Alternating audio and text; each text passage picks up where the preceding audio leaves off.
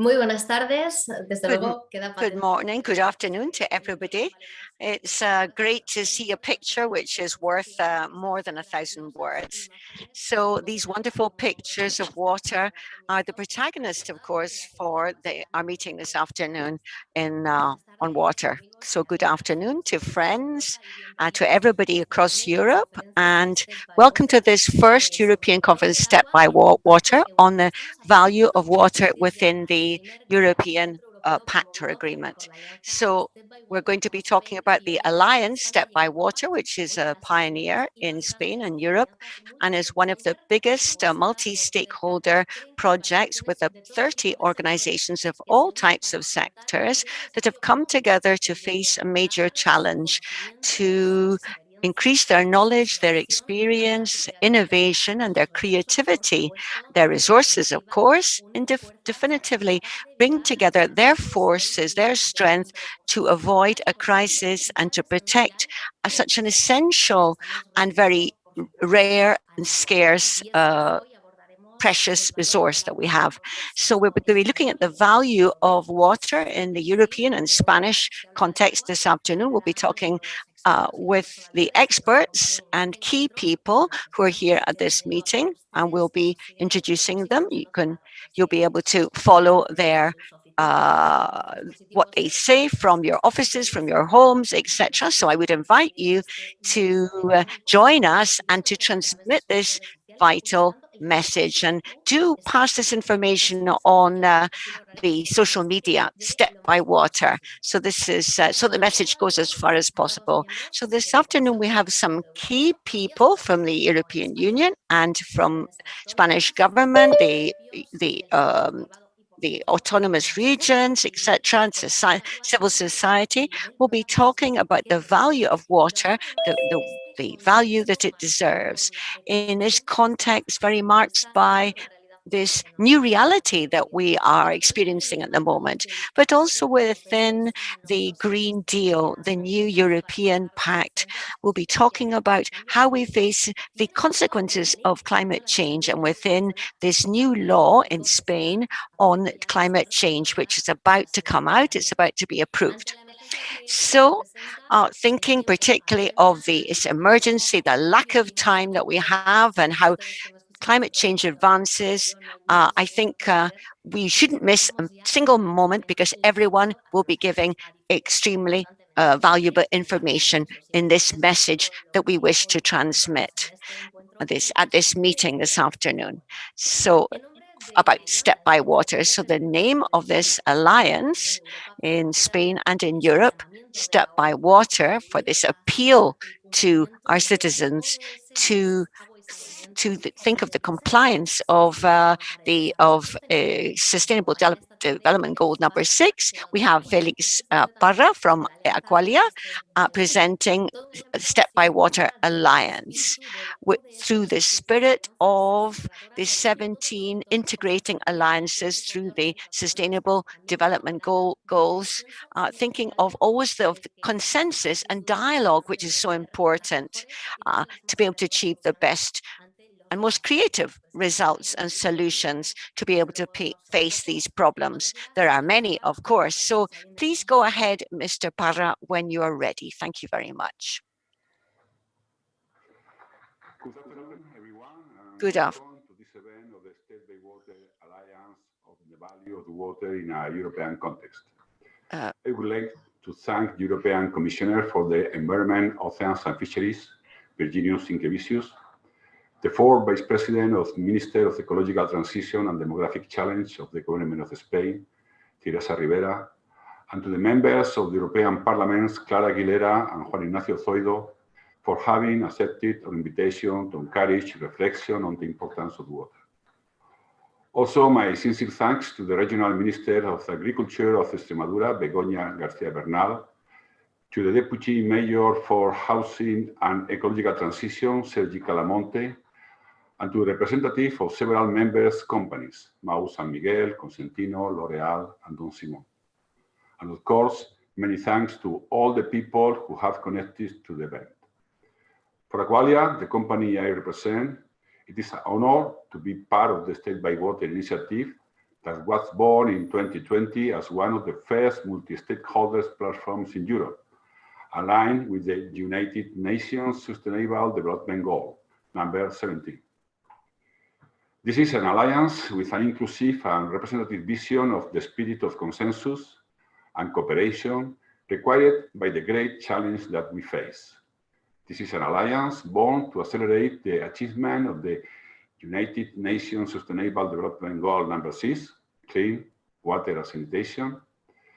And StepbyWater, with the support of the government of Spain and the Spanish Federation of Municipalities and Provinces, today is made up of more than 30 entities, such as companies from different sectors, municipal entities, universities, and non-governmental organizations, all of them committed to sustainability, the future of water, and the future of the society.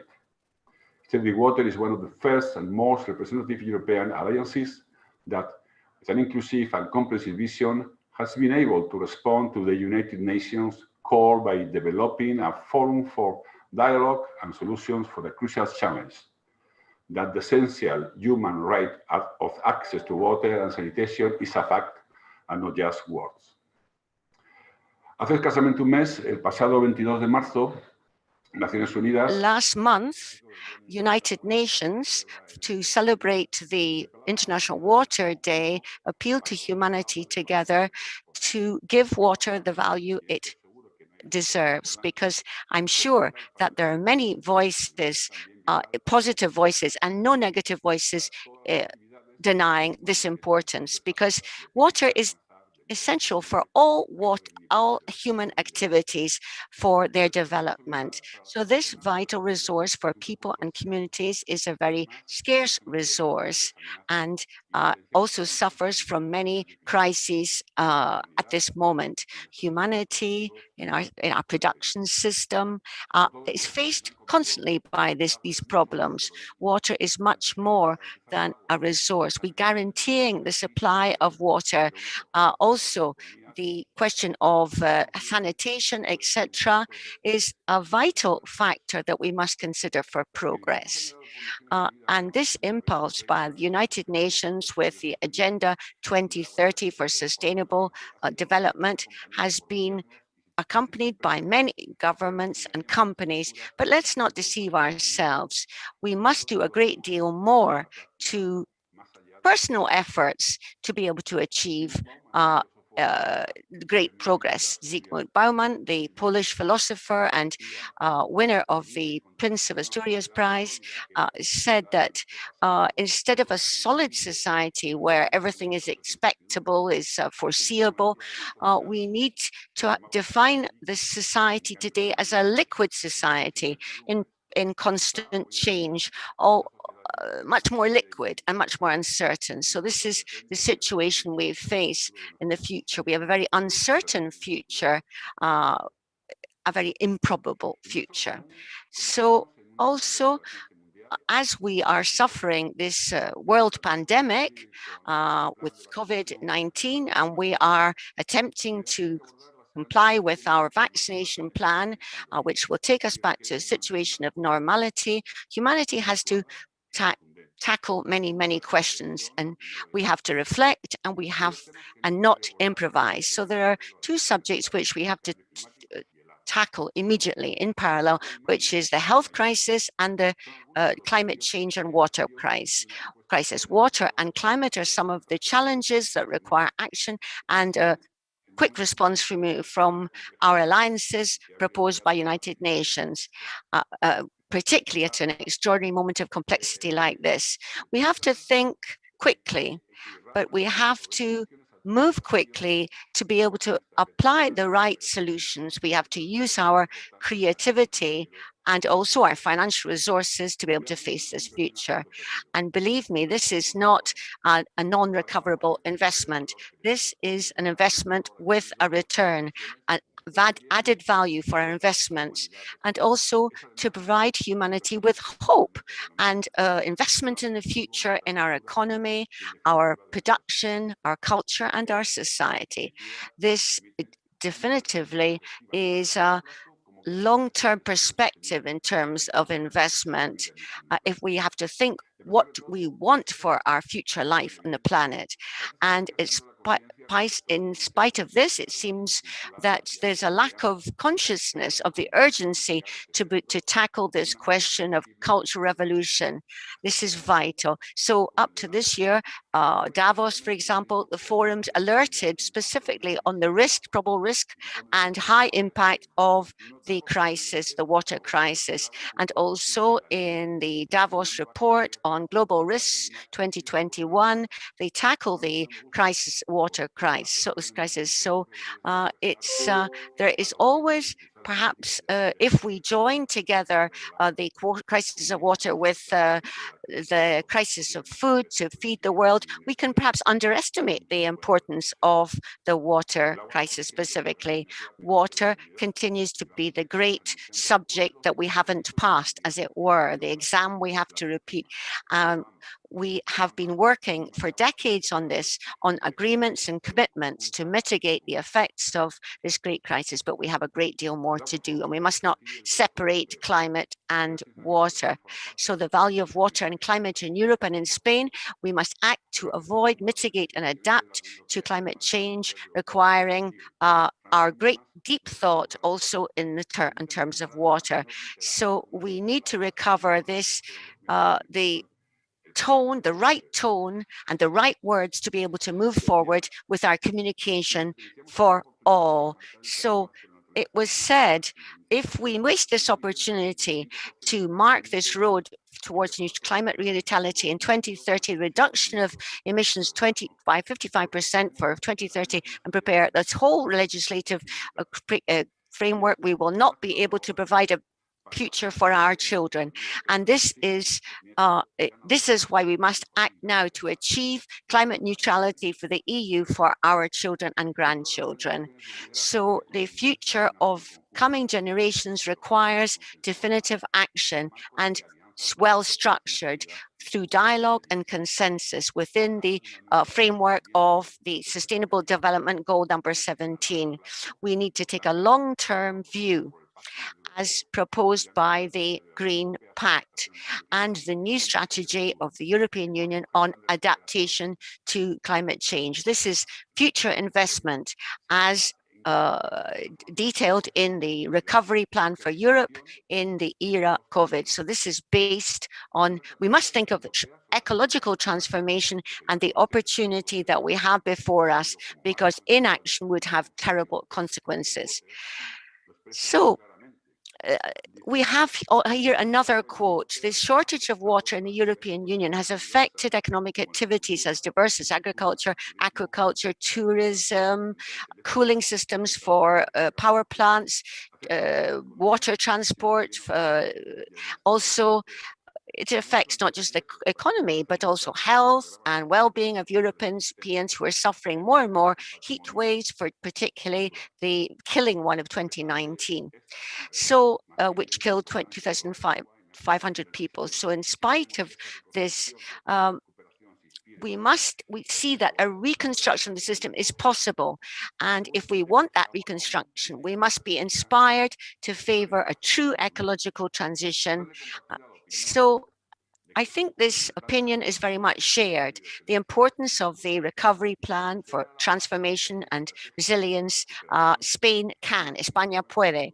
And this, we must consider water as a strategic part of our plan to make a more socially equitable and sustainable society. So the success of the strategy and policies against climate change require bringing in water as a strategic vector and as a priority axis for action. So I think we should congratulate ourselves on this coming law on climate change, but because we do have dreadful water stress, a chronic situation in Spain, and probably are one of the countries that most suffer climate change. And paradoxically, we think that perhaps in Spain in general, the importance of water is not recognized fully. So I think with articles, for example, in El País and a Tribune article signed by Cristina Monge from on the law of climate change, we can see the success of what we can do with our budgets and within the framework of governments proposed by United Nations in its Sustainable Goal 17. So we have to join forces and make efforts with bringing our resources together to all row in the same direction. So this will be, this is under the auspices of United Nations and their plans for the best type of global governance through the strategic projects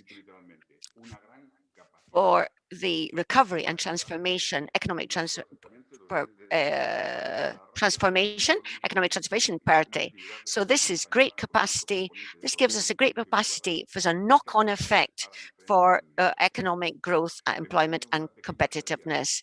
And also, I think this knock-on effect and this improvement in competitiveness will be vital. And this is a key component of our public-private collaboration. So allow me to say as a conclusion that we must conclude by saying that we must move forward with these policies transforming and impelling a true change in the model for the future of our society.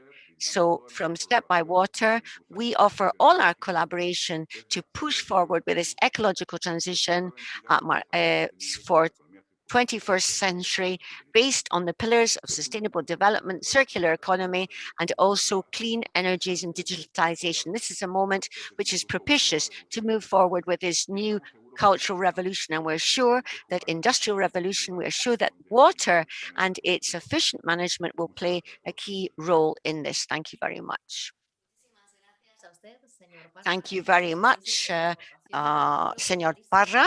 I think it's very clear what this appeal is, StepbyWater, to be able to convert this risk into a true opportunity without forgetting to make the most of all the resources we have available and to mitigate these devastating consequences.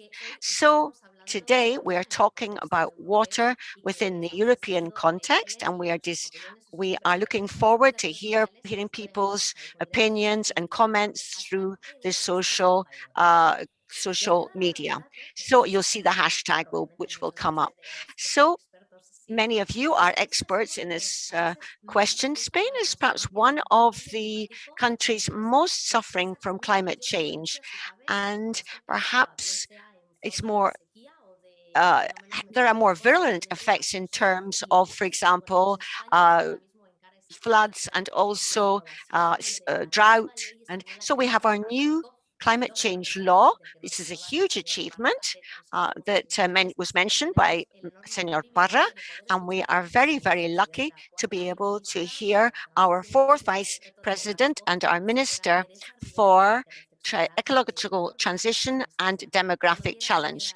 Please go ahead, Teresa Ribera, when you're ready. Thank you. It's a great satisfaction for me to be able to participate in this event.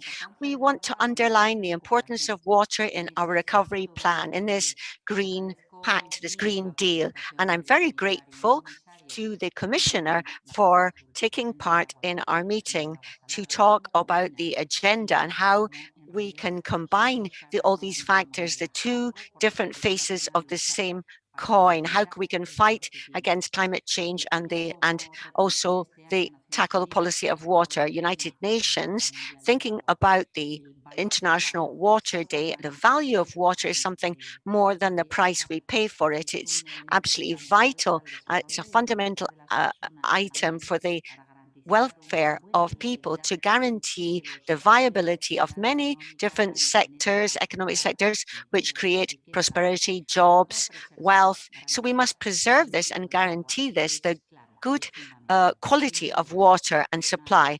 This is, we have an extraordinary opportunity to be able to combine these strategies in Europe for the coming years. Our project, our common project to reduce pollution, water, land, and air to be able to reach zero pollution, zero contamination. So it's a great opportunity for investments that we must make in this process of recovery and transition for future generations. And for different reasons, we can each take part in our national plans following the recommendations of the Commission. We're doing the same.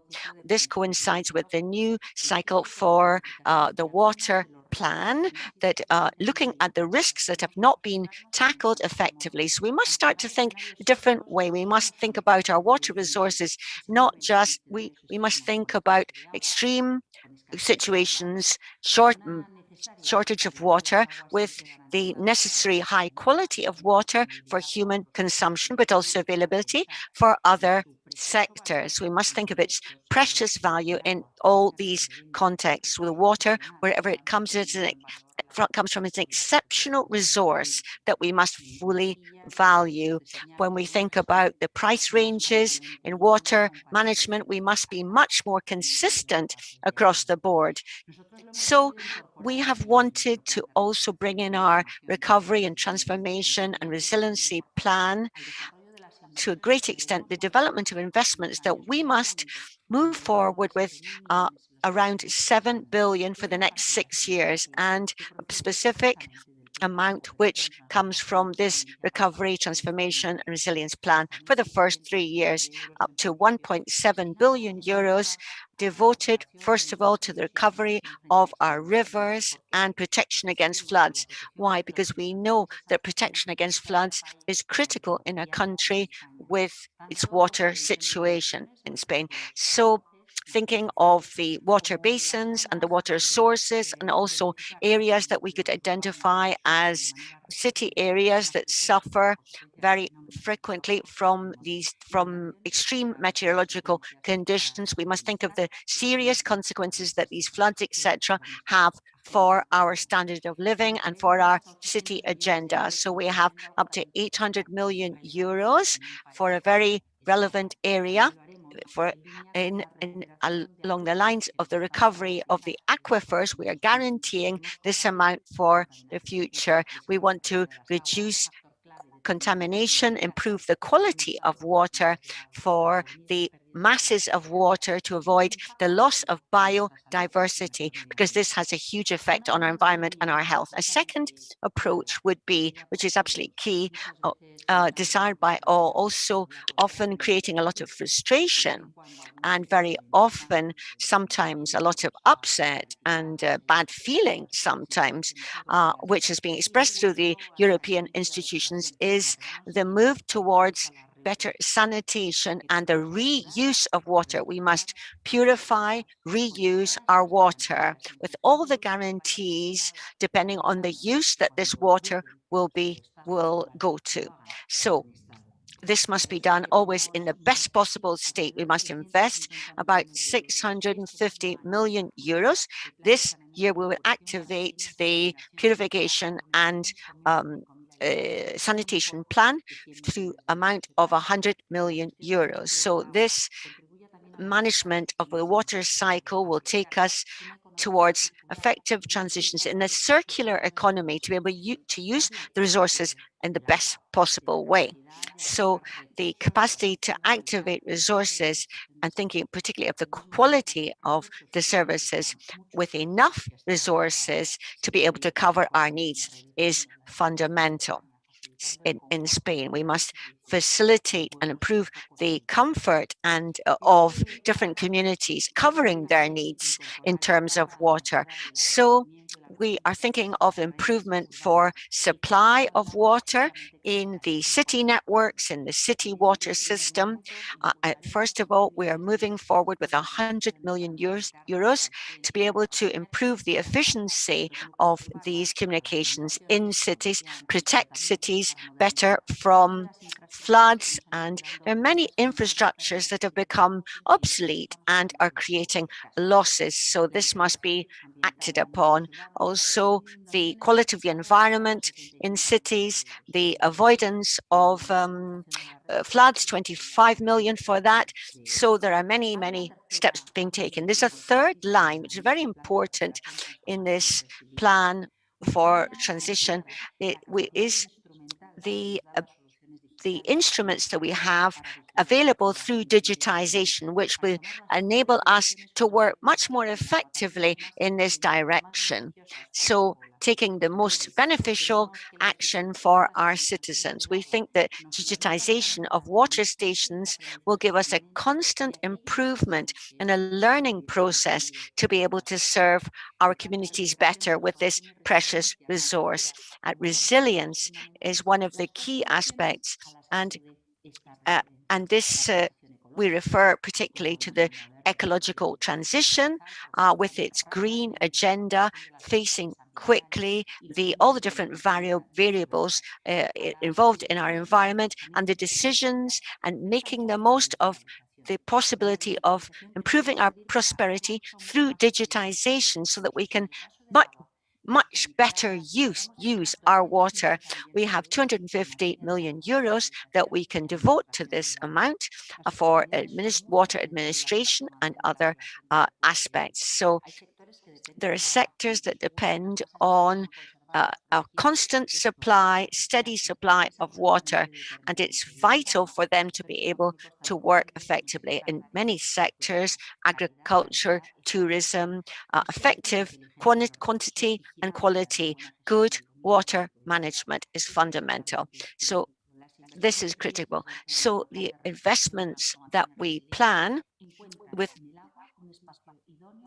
are a perfect place to bring water in, to be able to close the social gaps, and also to ensure in a growing and increasing way our respect for environmental limits, and providing the right responses and investments to protect water.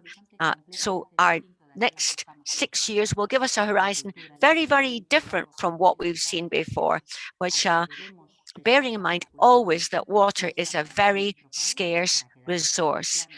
These plans are here to stay. Our water plans will help us to achieve these objectives, and the fact that the European Union has identified water as a fundamental element within our program, our action program for the next 6 years, helps us tremendously in our collective effort to be able to improve our situation in water stations, in water supply, and this will improve tremendously our daily life. What a privilege to hear you, Mrs. Rivera, and knowing the novelties of the Spanish government to curb, mitigate, and adapt to the consequences of climate change with this new law. And very enriching to get to know the novelties of what in a country is being done in terms of water, such a crucial resource, such a precious resource. And of course, water will be one of the main backbone. Thank you very much, Mrs. Rivera. The European Green Deal, the very well-known European strategy to face climate change, as well as an ambitious European recovery plan, will vertebrate the way towards the exit of the crisis and will set the basis for a more modern and more sustainable Europe. And precisely on the main European lines of action in terms of climate change and water management, we will hear the European Commissioner of Environment, Oceans and Fisheries, Mr. Virginijus Sinkevicius. You're welcome. Thank you very much, Vice President Rivera, dear Teresa, Senor Para, honorable members, ladies and gentlemen. Of course, many thanks for this invitation. It's a great pleasure to support an ambitious multi-stakeholder platform like StepbyWater, especially in the current circumstances. When you set up Alliance, you likely had little idea of all the challenges ahead. Congratulations for your persistence under these difficult conditions. With your determination, I'm sure you will use this virtual platform to the full. It's a chance to bring together public bodies, economic operators, and civil society, and to push us all to deliver on the goals of Agenda 2030 and the UN Decade of Water.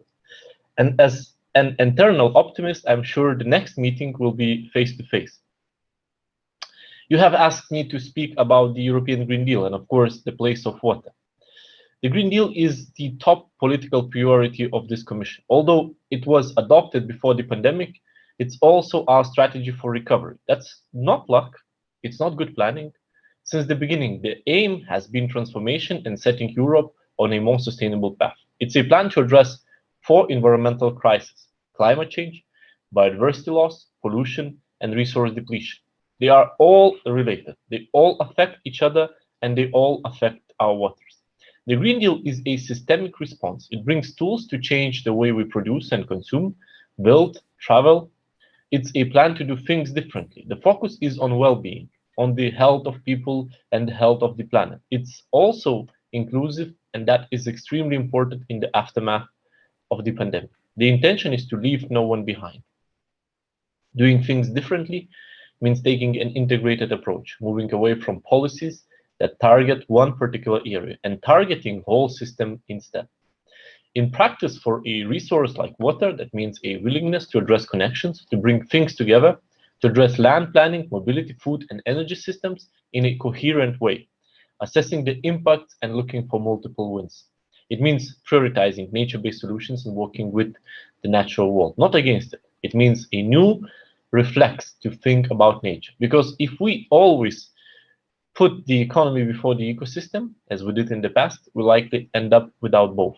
And it also means bringing people together around sustainable solutions, building alliances between stakeholder groups. Because when everyone comes to the table, we can tackle our crisis and create opportunities. And importantly, it's not about painting the world green, but it's about supporting, shifting towards a regenerative economic model that gives more to nature than it takes for healthier ecosystems, greener cities, more active rural areas, and better jobs. That's the big picture. But what does it mean for water? Under the Green Deal, we have launched a number of initiatives where water plays a central role. Under the new Circular Economy Action Plan, we are promoting water efficiency and reuse and drawing up a framework for companies to substantiate green claims. That will mean better market recognition for companies that are saving water, restoring water resources, and protecting biodiversity. Under the biodiversity strategy, we want to improve ecological flows, restore rivers to a free-flowing state, protect wetlands and other ecosystems, and prioritizing nature-based solutions. Under Farm to Fork, our strategy for sustainable food systems, we want to build up organic farming. And we are setting ambitious targets to reduce nutrients and pesticides with major benefits from water courses. We are also calling for eco-schemes, investments and advisory services in the common agricultural policy with knock-on positive effects for water. Furthermore, there are multiple actions under the climate adaptation strategy. It calls for better coherence in water planning, cutting the demand for water, managing the risk of droughts and floods, securing supplies of drinking water, and more sustainable land use. I look forward to discussing these matters with EU ministers later on this week at the informal Environmental Council organized by the Portuguese presidency. Finally, work is advancing on our Zero Pollution Action Plan, and adoption is expected soon.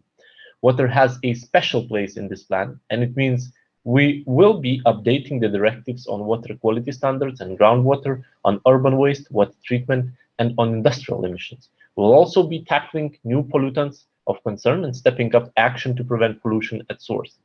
And I can also mention our new approach to sustainable finance, which is essential to mobilize private investment. Speaking of finance, it's no secret that recent years have seen a considerable funding gap. And despite steady progress, many member states still face significant challenges in complying with EU water law. But we are living through a moment that is quite unique. The EU budget for 2021-2027, together with the next generation, comes to an unprecedented 1.8 trillion euros. This recovery package is a once-in-a-generation opportunity to rebuild economies, to build back better with the stress on green and blue, giving water a prominent place. We are well aware of the scale of this crisis in Spain, and it's why Spain is the second largest beneficiary of the Recovery and Resilience Facility with almost 70 billion euro in grants. These funds are not just to invest. The aim is to transform the economy. Our strategic dialogue with the Spanish authorities on the Recovery and Resilience Plan is already underway. And I'm glad to see strong environmental focus in some elements of the plan, clearly related to water. 1.6 billion euro for marine and terrestrial ecosystems and biodiversity, more than 2 billion euro for preservation of the coastline and water resources. These totals actually increase during the negotiations. All planned actions will have to comply with the central principle to do no significant harm. They will be closely scrutinized and they will need to be coherent. It is unmissable opportunity, a chance to ensure the sustainable use of water to protect our ecosystems and safeguard our future. My thanks again to StepbyWater for this invitation, and let me also thank Clara Aguilera for having established and facilitated the contacts with you and promoted this event. I see she will speak later on in one of the next panels, together with her colleague Juan Ignacio Zoido. Buenos dias to both of you as well. To protect and preserve our waters, we need ownership and commitment from the whole of society. So I warmly welcome this initiative. I encourage your water ambassadors, and I urge you to work together to expand your network to go local and to go global. 2027 is the legal deadline to achieve good status of European waters, and I'm counting on you and the Spanish authorities during this critical period. We need ambitious measures for water management and for cutting pollution at source, active participation and strategic partnership among business, administrations and civil society to find innovative solutions that restore these waters to health. Spain has so much to share with the rest of Europe. You have long-standing experience in water reuse, and when the EU regulation on water reuse starts to apply, that experience will be extremely helpful for other member states. Spain is also very much aware of the challenges brought by climate change and of the advantages that nature-based solutions can bring to river basins. That remarkable know-how, innovations, and best practices are ready to be shared throughout the EU to achieve our water ambition. Don't keep them to yourselves. Thank you for your attention.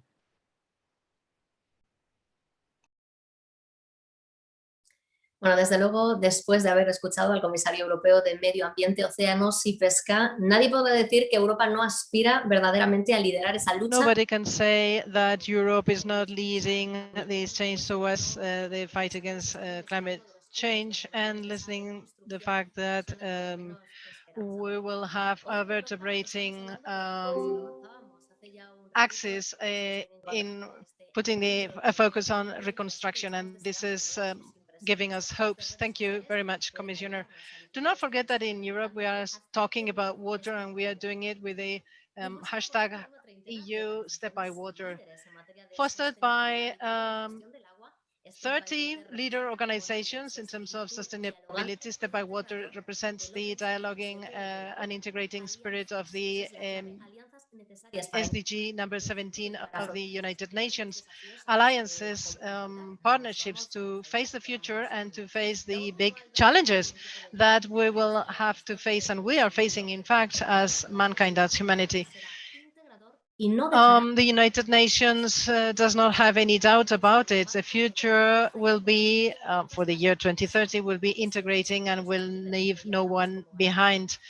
Partnerships as a framework of governments and collaboration, partnerships or alliances to boost the sustainable development as a guarantor of a future that depends largely on the will to add efforts and become part of the solution. StepbyWater, pioneering in Spain and in Europe, is born for and by water, is possible thanks to Cosentino, L'Oreal, Unilever, the Royal Swimming Spanish Federation, or Real Federación Española de Natación, the Andalusian Federation of Municipalities and Provinces, the City Council of Segovia, Cruz Roja or Red Cross, Alma Natura, Coca-Cola, Capsa Food, Don Simón, Paradores Nacionales, Mau San Miguel, Avanza, HomeServe, Segitur, Galapagro, Patrimonio Limbarero, TROPS, Fundación Caja Rural, Alastria, Climate Trade, FENACOR, the network of juvenile hostels, Imagina and Aqualia, and the civil society represented by Nacho Deán, Carolina Martín, and Clay Santos, ambassadors in the Alliance and essential protagonists, to speak on the value of water and the importance of SDG 17 and the public-private partnership in the European and Spanish reconstruction and the economic transformation. We have a little representation of all those entities, and opening the panel, we will hear Alejandro Martinez, the Director of Sustainability of Don Simón, belonging to the Carrión Group, that thanks to their full commitment towards sustainability has been awarded the European Award of the Environment of the Biodiversidad Foundation of the Ministry of the Environment, the Spanish Ministry of Environment, I mean. Good afternoon. Thank you very much, Raquel, for your introduction, and thank you, Esteban, for also counting or inviting Don Simón as a panelist here to bring you some news about this sector, the water management sector, which is water is a resource that is key for us in all the stages, from the raw materials in our cultivation lands, in our agricultural lands, sorry, to the table. And in this panel where we are participating together, we have as a focus the value of water and the public-private partnership in the European reconstruction plans with the strategic goals for transformation and ecological transformation known as PERTES, the strategic projects for economic recovery and transformation. That is the PERTE. And this should work as a mirror for the future generations, the European future generations. To achieve this, it will be necessary for us to transform economic, social, and environmental challenges that we are facing into opportunities. And within these environmental challenges, there is the risk of drinking water scarcity, which is one of the main problems. According to the UN data, out of the total surface of the planet, 70% corresponds to water, but only 4% of this water, of this 70%, is fresh water that can be used for the production of foods and human consumption. In addition, we foresee that in the next 20 years, the water demand will increase in more than 40%, and then it will get to a point where water extraction will be 60% higher to the natural renewal pace or rhythm of this resource. As fresh water is a finite, limited resource, and at the same time is key for the production of foods in the whole world, in Don Simón, we focus on water when it comes to the sustainability strategy in terms of environment, and hence in the images that you see in our Huelva Don Simón plant, we have a double commitment, because as Raquel was mentioning, we have received recently the European Prize of Environment of the Biodiversidad Foundation. And this double commitment is zero pollution, zero residues or waste. And for the achievement of these goals, the efficient use of water is the axis, the backbone of the strategy. And for this, we have the latest technology in terms of purification and treatment, water treatment, with automatic and innovative systems in the cleaning, crushing systems, and the automatic processing systems. This, together with the products that we use that are environment respectful, we will enrich the cultivation of our products, or produce rather, with nitrogen and potassium. And thanks to the water processing that we have through an anaerobic digestion process, we transform organic remains into a biofuel, which is 100% renewable and clean, which is biogas. With this source of renewable energy together with other renewable energy sources such as biomass, we achieve a reduction of our carbon footprint, substantial reduction, and we can reduce our dependence on fuel-based fuels or petroleum-based fuels, and especially in the case of this plant, the Don Simón plant in Huelva, for the drying system. After crushing our oranges and separating the juice from the skin or the peel, we separate the total content of water and we transform the remains for fodder into fodder or feed for animals and cleaning products, perfumes, essential oils, and also in the future to produce our own bottles. And this is why in Don Simón, according to our claim, Don Simón takes care of you and the planet. We are using the best products for a demanding and responsible consumer. All our production centers are within Spain, and therefore, to ensure availability of essential resources is something strategic for our companies towards the future. For a company, I mean. Spain is one of the leaders in terms of water use and is one of the countries with the highest water stress in the EU and in the whole world, and climate change will affect us greatly in the future years. And therefore, we're facing a very important challenge. And for this, we propose and we want to implement innovative solutions that will come from the technical aspect of our business and for the innovation part as well. And therefore, we want to share, or by sharing our commitment with StepbyWater, we understand that this is a unique opportunity for this public-private partnership, and so that we can channel an important amount of funds that will come from the EU for Spain, more or less 140 billions that will appear as grants or will come as grants. And this public-private partnership will not be possible if we do not take into account the 17 SDG. And without this SDG 17 goal, the rest of the achievement of the rest of the SDGs will not be possible.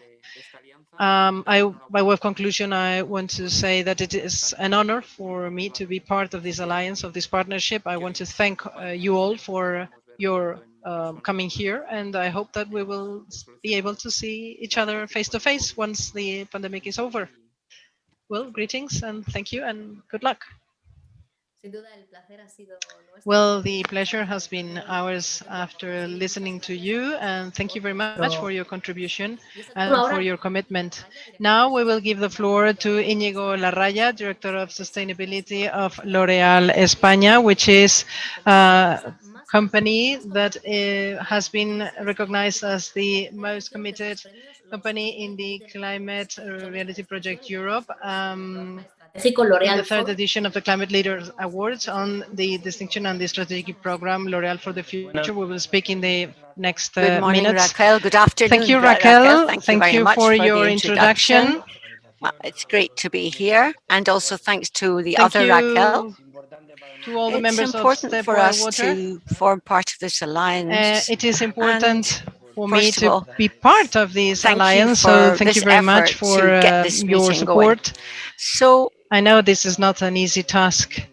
As my colleague Alejandro has just been commenting, explained, and also the minister and the commissioner on the importance of the time fact for that water. it is really the time for We are the facing time to face an the very problem of important water. problem, And perhaps and we are we're not not speaking about this it now. very This much, is a but moment it is the moment to of really put this at the top of the setting us agenda. as the And we've most been important for priority in some our years agendas. We talking have about been climate talking for change several as years about something climate change, and I that think, is in in people's fact, heads. it is Not very well perhaps we located don't in understand the the complexity mindset or in behind the this, minds of our but citizens. certainly Maybe not all of them water understand the is complexity behind, but still there is a great room for improvement. But from our communication means we need to make a very, very big effort to do a very big effort to prioritize water. A lot of data have been given. I would like to just mention one dramatic one linked to the pandemic.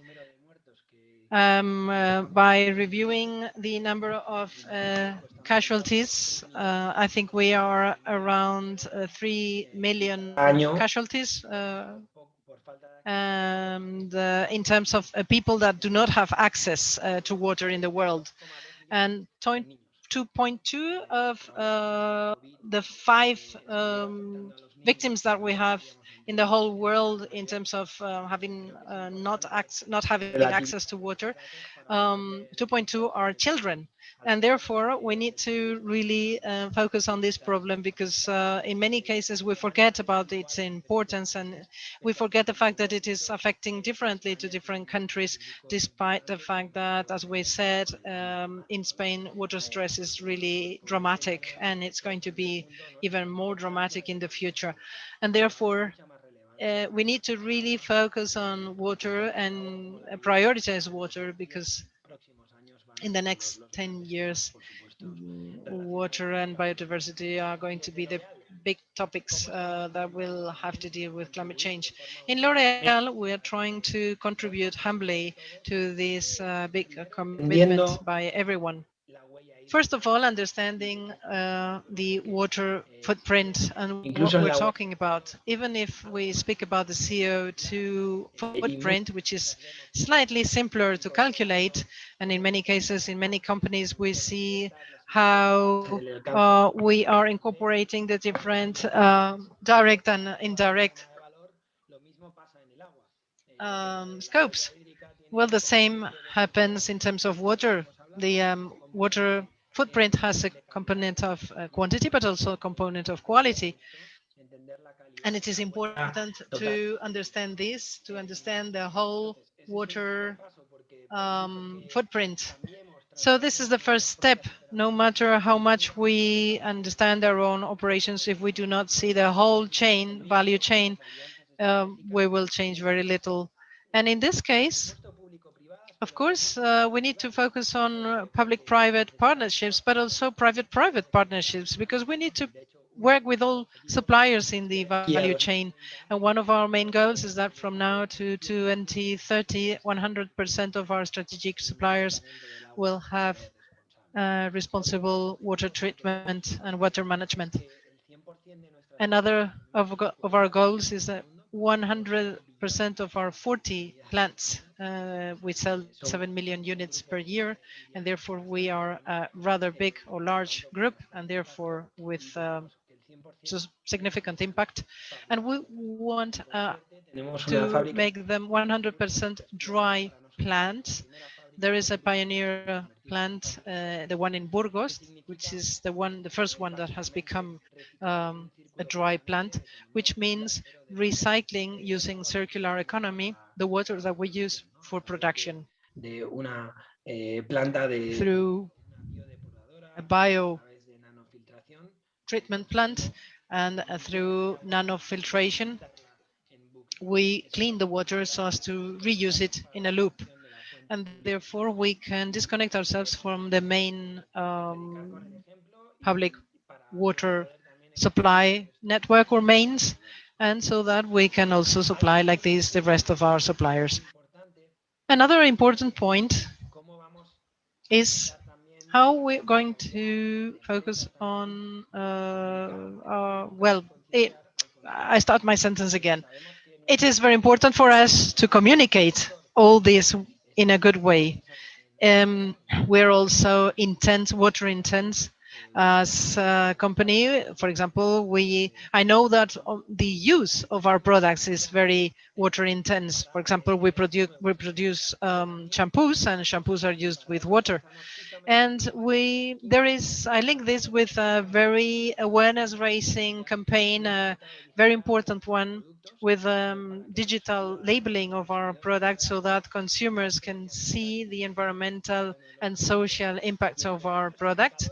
And among different indicators, we have two very important ones. One is the carbon footprint of every one of our products, and the other one is the water footprint, calculated on the basis of quantity, quality, and along the whole value chain. And therefore, we want to communicate much more, showing the water footprint of our products, and we want to prompt citizens to take more responsible decisions and make more responsible decisions, so that he or she knows that there are other solutions, other products that we know have lesser water footprint, and so that they can make their decisions in a more easy way. So this is our ideal, our planning for water, our plans, but we have water, biodiversity, and natural resources. And I insist this is the moment now to put water at the top of our priorities. And this is our roadmap. And I hope in such difficult moments as now, as the current ones, I hope that we will achieve this. Thank you very much, Íñigo. It is absolutely revealing, your speech, and listening to the presenting the speakers. And these strategic actions such as yours that favor sustainable development, well, my admiration to all of you. And we will hear you through the social networks with the hashtag StepbyWater. And you need to tell us how water is the big protagonist, and it is also thanks to companies such as Maus and Miguel that aspire and have such ambitious targets as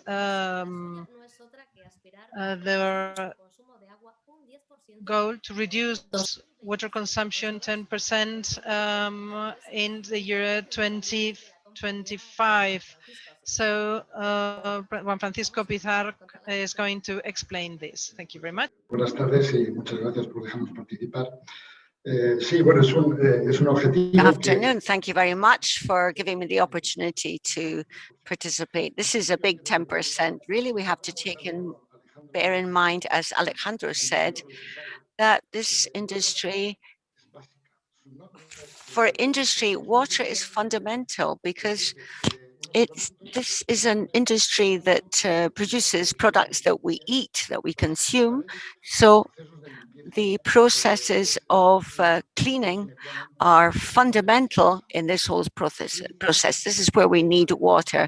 It's fundamental that this should be a supply of water that's sufficient.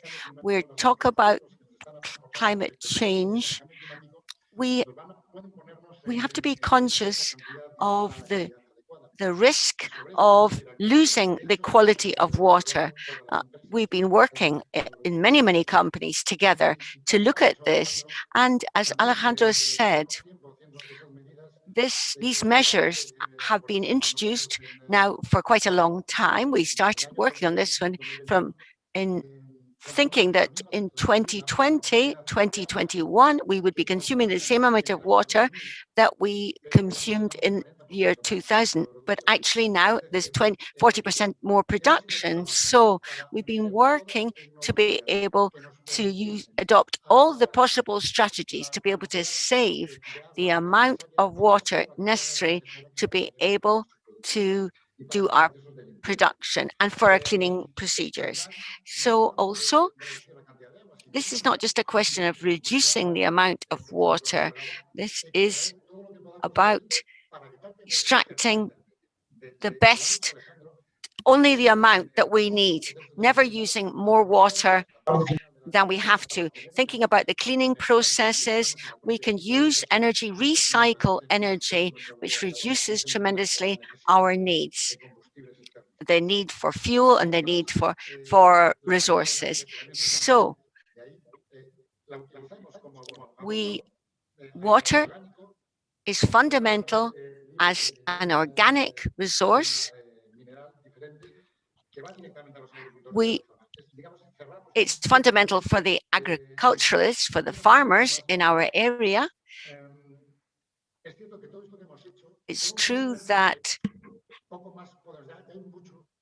we must make sure that no water is wasted ever. We have to determine the situation as it is right now, but thinking always about the future, the decisions we need to take, for example, for regenerating and reproducing water. It's very difficult to be able to use, to regenerate and reproduce water in the right sort of situations, reuse it for industrial purposes effectively. So we have a problem there. We are not allowed to use grey water or regenerated water because we don't have we don't have adequate levels, quality for human health.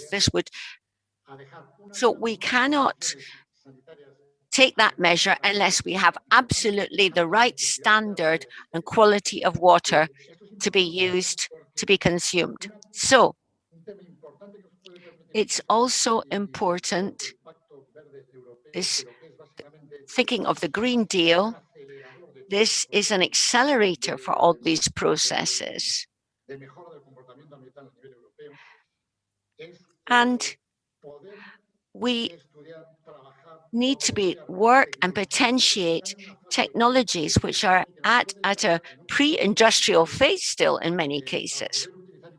We have to be able to reduce our consumption of water by introducing the right sort of modern procedures using new types of technology. This is a process we're involved in.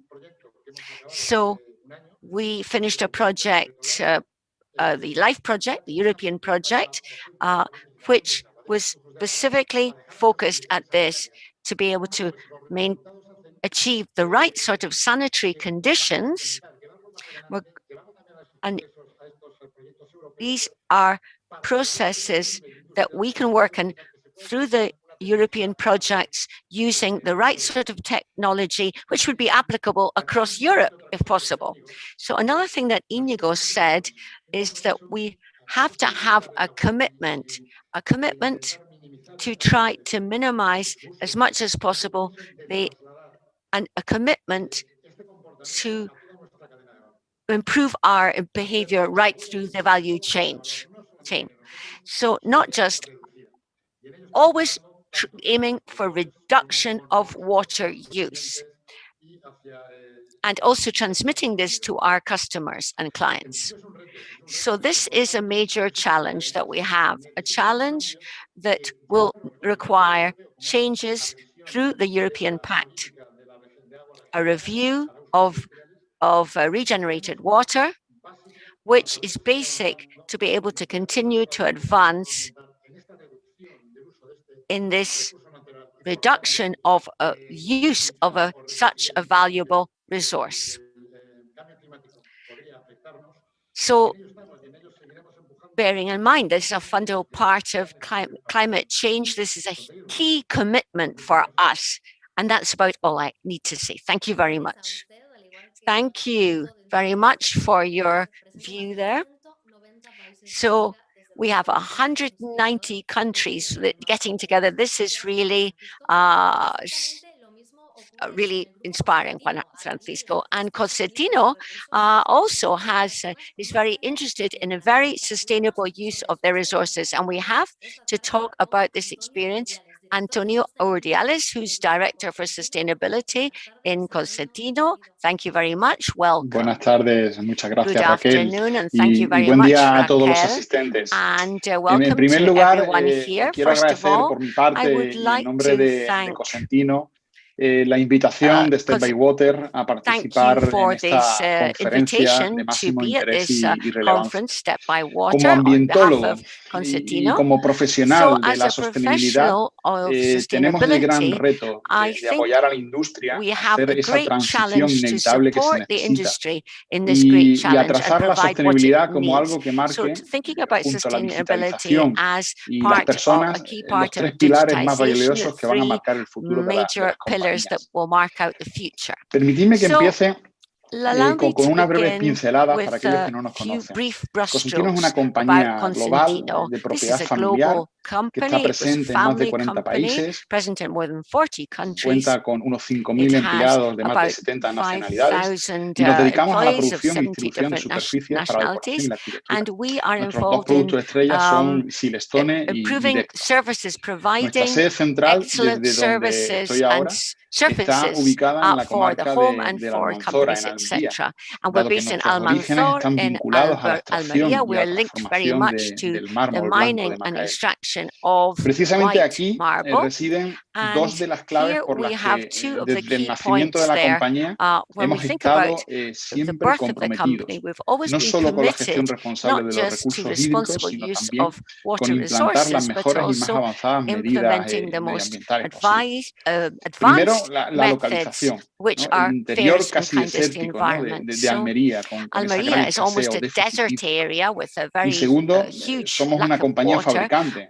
Para que hagáis una idea, nuestro parque industrial aquí en Almería supera ya los 2 millones de metros cuadrados. Tenemos 7 fábricas, plataformas logísticas, auxiliares, etcétera, ¿no? Y distribuimos los materiales que fabricamos desde aquí a 120 países en todo el mundo, ¿no? Situándose la facturación en torno a un 90% en exportación. Creo que esta breve foto, ¿no? o dimensión de Cosentino puede ser muy ilustrativa de que cuando hablamos de compromiso con la sostenibilidad nos lo tomamos muy en serio. No son meras palabras. Es más, desde hace ya años es prioridad de la compañía, ¿no? Incluso nuestro propósito así lo indica, inspirar a las personas a través de espacios innovadores y sostenibles.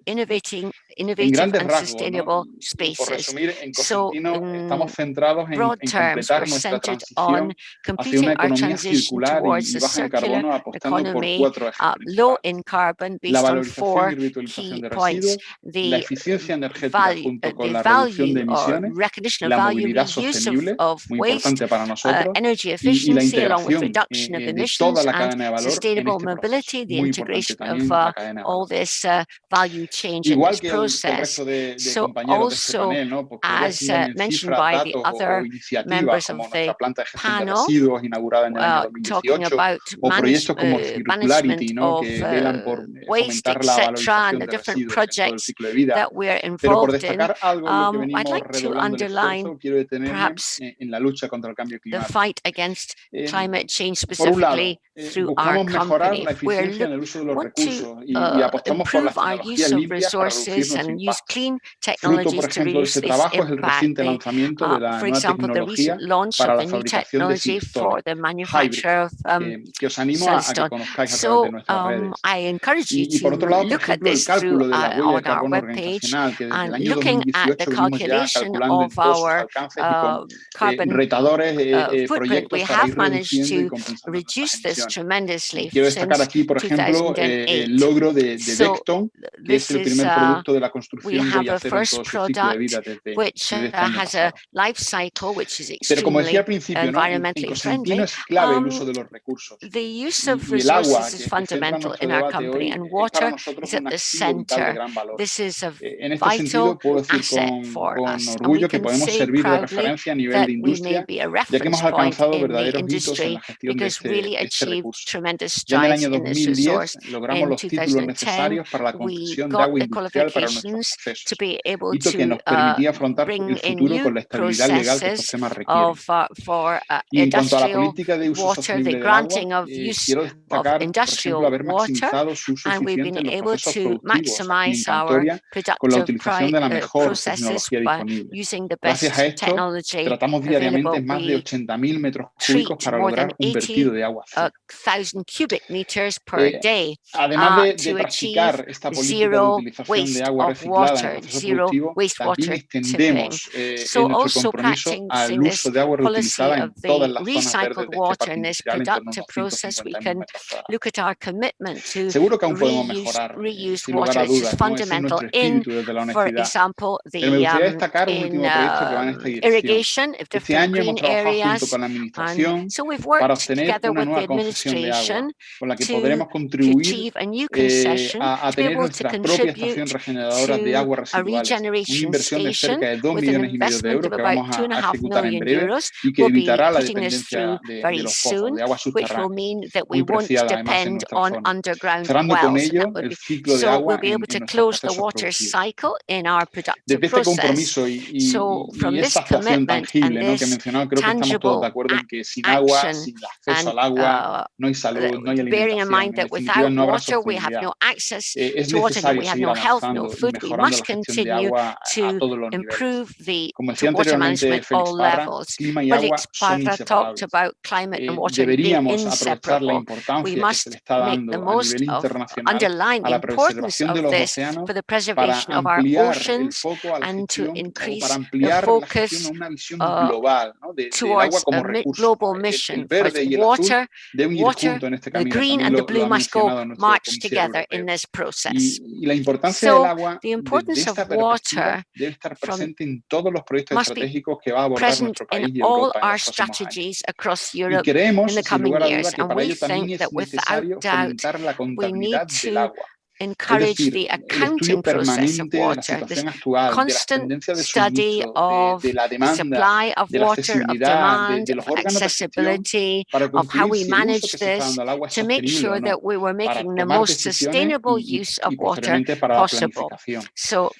Queda, por tanto, mucho camino por recorrer, sin lugar a dudas, ya lo han destacado compañeros, y desde la responsabilidad de empresas como Cosentino y nuestros compañeros de panel, de los ciudadanos, and other companies, thinking of also the citizens and the alliances we have, we must really improve our water situation. It's not just a green question, it's a fundamental pillar of social transformation. So this is a fundamental support to achieve better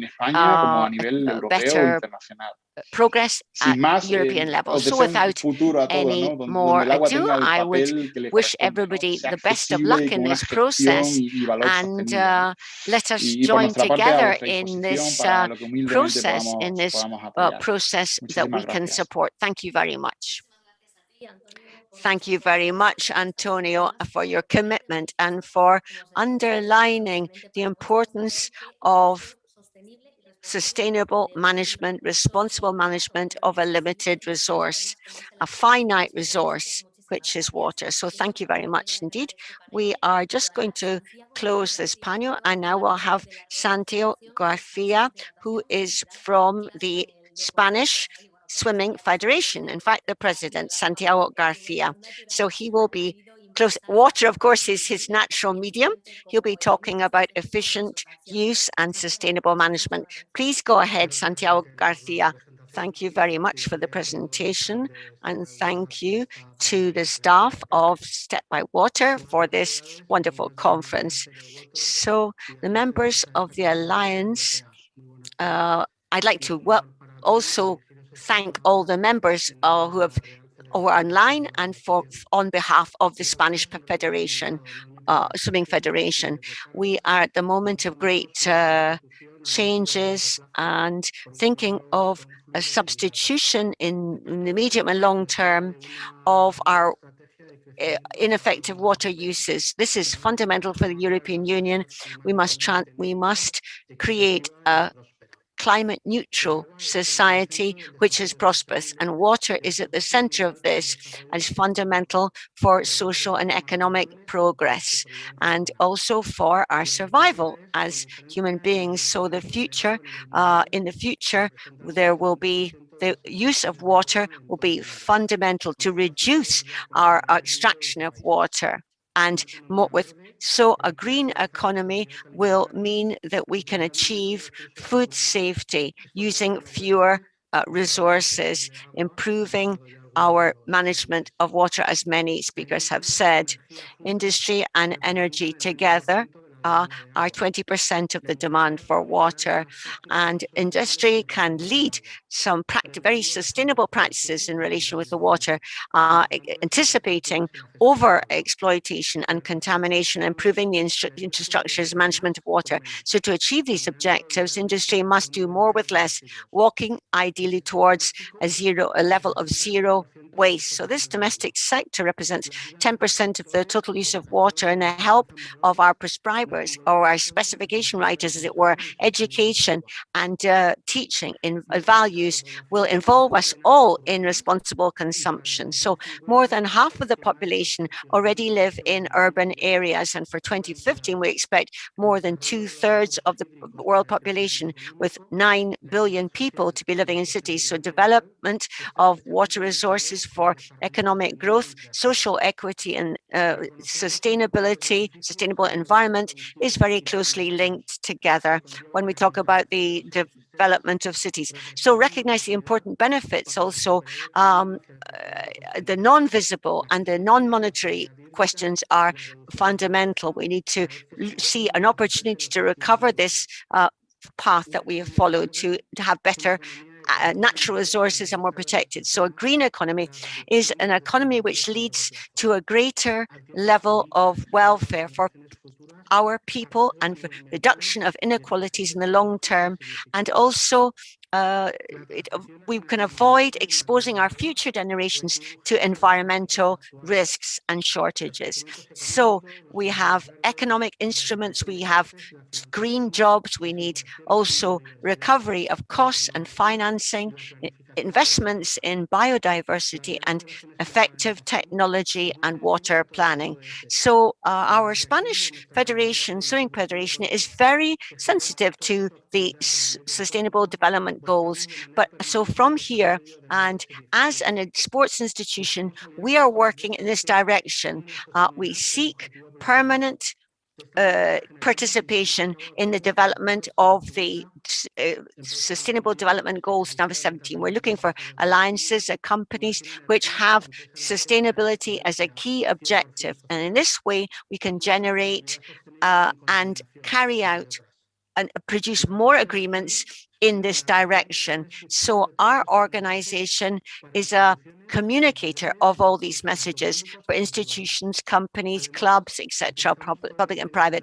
We also use all our resources at our disposal to be able to make sportsmen, sportswomen, and sports users aware of the respect for water. Our sports people, our athletes are conscious of the importance of this context. So this is the right treatment for water used through using processes of electrolysis and the use of solar energy for our energy consumption, which be responsible and clean, to be able to increase sustainability of the environment, also making our public at large more conscious of this importance. So we have, of course, our pandemic, but we participated through Fernando Carpena, the first symposium of the Federations of Water Sports just before COVID hit. And here we established a kind of a roadmap for defense and dissemination and conservation of our marine environment and river water also. So this is about public-private partnerships of getting together to achieve these sustainable development goals, and also on a strategy towards the Green Deal. Thank you very much So thank you, Santiago. I think that today is really working out fantastically, hearing your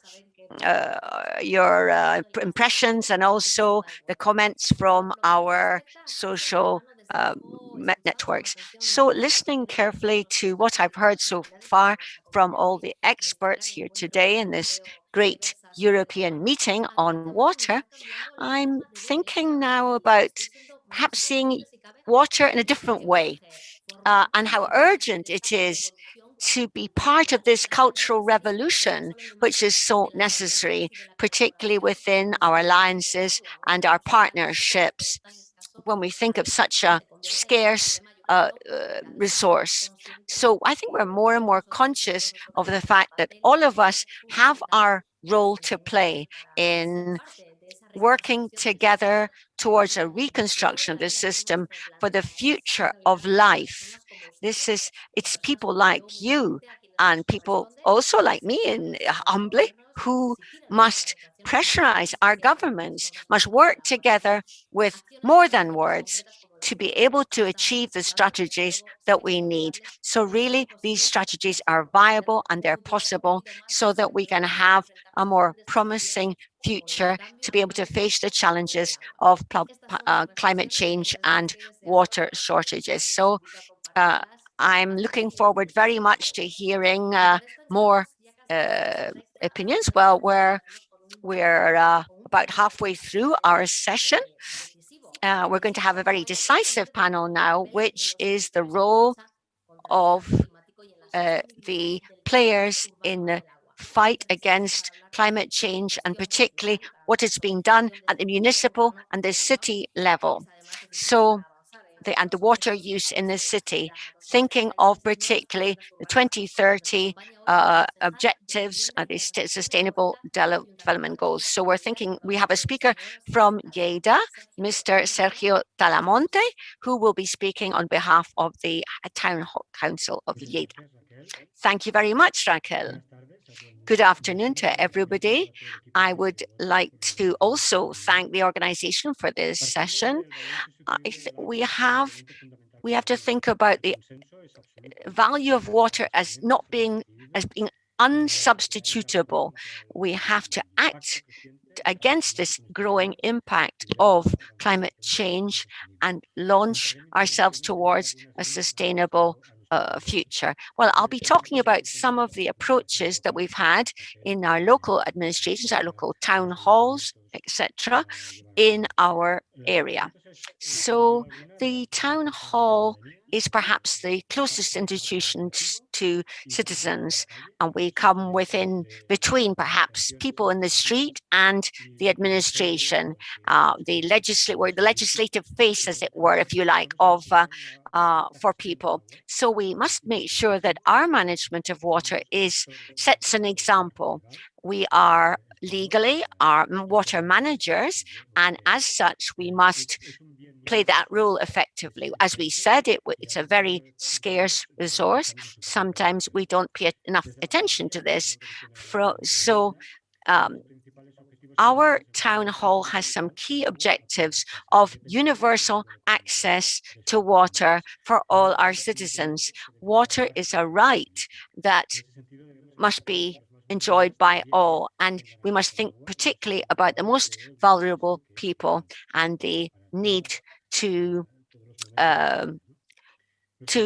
cover all aspects of life. So we're centering on thinking about those who may suffer a shortage of water, and so we must think of the importance of saving water resources, particularly thinking about the future.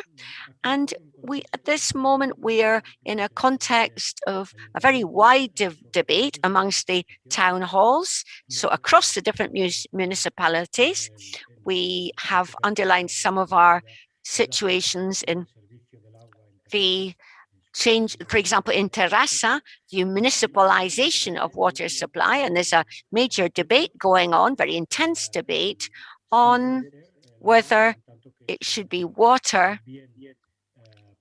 whether water is a public good and a public right, or a service that must be centralized or through the public administrations. So this is quite a major question. So we are thinking, of course, also companies are looking for financial profit, but our horizon that we're looking at through the town hall is the recovery of direct management from the town hall.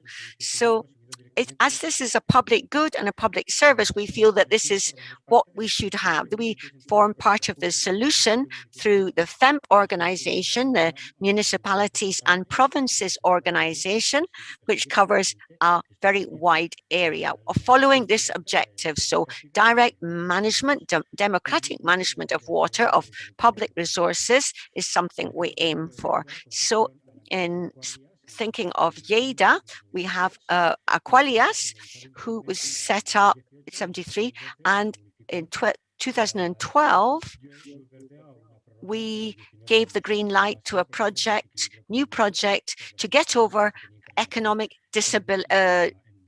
lack of balance, imbalance in the water network, the water supply. So this takes us to a complex horizon where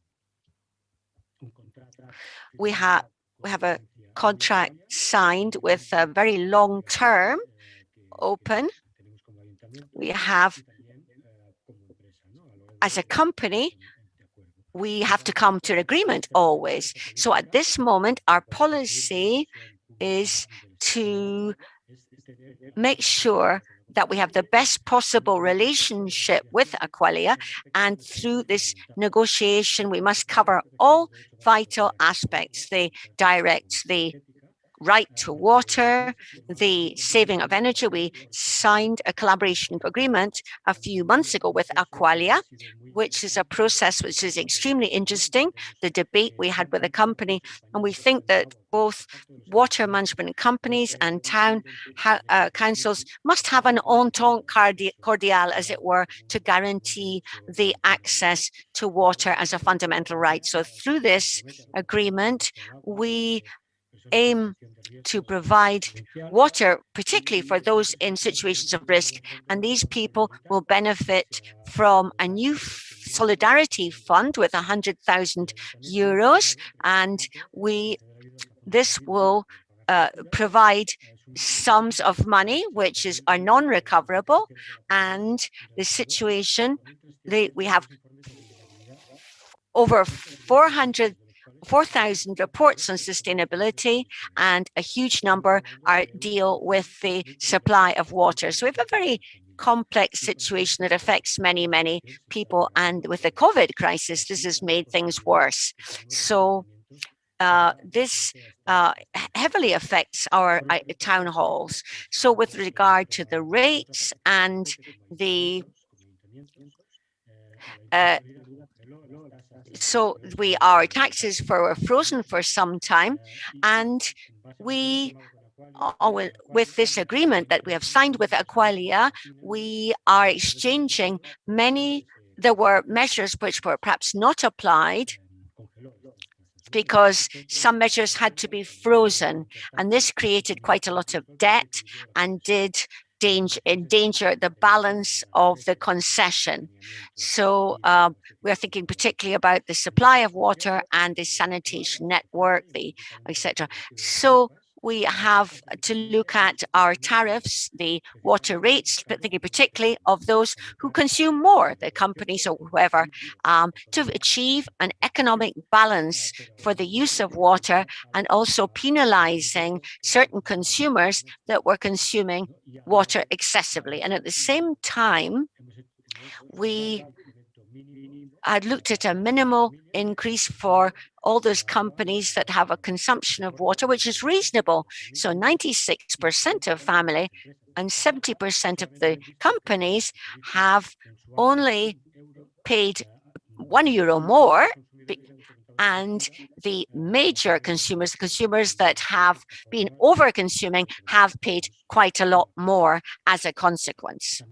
So also we should underline that a reduction of 10% of the taxes and the rates paid by the poorest families was fundamental. So the government I form part of, as it considers this pact signed between different parties and the government, we keep looking for a municipalization process, which we feel is a human right, that water should be seen as a public service. So thinking particularly of fairness, equity, and respect towards the environment. We understand that water must not be a question of mercantilization, a product to be bought and sold. No, it must work in the benefit of all.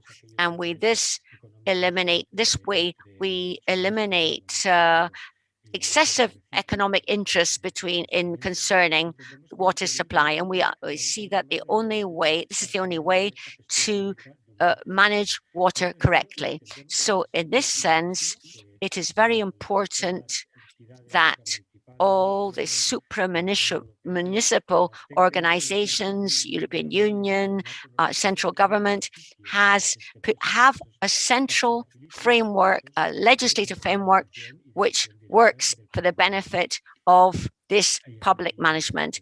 And this is all from me. Thank you very much. Gracias, Sergio, por tu aportación y gracias además por vuestro intachable compromiso. Muchas gracias. Thank you very much for your contribution. And as the General Secretary of the United Nations has said, the battle for climate change will be won or lost in cities, with the wish that the future of humanity will win out of this in the battlefield, let's say.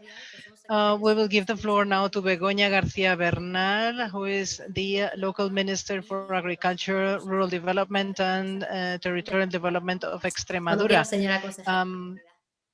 Welcome, Minister. Thank you very much, Raquel, and thank you to the organization, to StepbyWater, for allowing for the local Ministry of Agriculture, Territorial Development and Rural Development in Extremadura has the voice here, so as to tell you what we are doing from the perspective of agriculture to combat or to fight against climate change. It is I'm honored by the fact of being here, and I wanted to say the mayor of Lerida that my village has remunicipalized the water management recently. For Extremadura, to position water, which is a strategic resource in our region, 1 out of every 3 liters of water in dams in Spain is in Extremadura. Imagine. This is something that is not well known. This is Extremadura, a land seemingly without water. Well, 1 out of every 3 liters is held in dams here. And irrigation in agriculture in Extremadura is a fundamental tool to develop the agro-food industry and to fix population to the land. And this is one of the main battles that we're fighting in the 21st century. People need to stay and live wherever they want to live, and for this purpose they need to have all the elements necessary to be free in this election. And water, of course, is one of the main figures when it comes to talking about this. The future of the agrarian sector goes through a strategy pursuing the following objectives: economic, social, and environmental sustainability. And the future of our sector is water. It is true that our sector in the latest 3 decades have taken a very big leap. However, we need more advances. We need to work on the irrigation culture so as to make our sector an economically profitable and affordable and socially sustainable. Agriculture and sustainability are not enemies. Sustainability is not an enemy of the irrigation type of agriculture. And when we speak about energy efficiency, modernization, consolidation, the mountain irrigation systems so as to hold the water that is falling down in winter and so as not to use the reservoirs. This is what our local ministry is doing. We want to be competitive. We are aware of the fact that by fostering irrigation, we become more competitive, and the importance of this sector for us is absolutely not under question. It occupies 6.7% of the total of the geographical Spanish surface. Water is a vital element, everybody knows it, but we in the administration need to remind the agri-food sector that the use of water is essential day after day. We all know that irrigation agriculture is not only generating richness in its own activity, but also due to the rest of the economy, because it is directly linked to the agri-food industry and the industry that takes the raw materials to take to the fields, and so that the rest, the agricultural inputs are taken there. So for every 100 euro in the irrigation system, 153 extra euros are added, are generated, so that our profitability is clear. It is true that we're facing a sector that is deeply rooted to the territory, and it generates stable employment. It is the sector that is giving more employment in the times of recession, economic recession. It is a sector where less number of jobs are destroyed. It collaborates to social cohesion. In this moment where the Spanish government, through the Ministry of the Environment and within the Reactivation and Resilience Plan, it has established 130 measures to face the demographic challenge. Of course, water and precision agriculture through irrigation are fundamental. And this is why we need to continue working with this linking irrigation and the environment, both by integrating resources and taking care of the resources. The environment and sustainability and agriculture are matters of concern to all of us. And of course, we're affected greatly by climate change, and this is why agriculture needs to be part of the solution. The environment and its protection is something crucial for the irrigation agriculture. If anybody is taking care of the environment, it is our farmers and our livestock breeders. And in this irrigation agriculture, we need to continue working.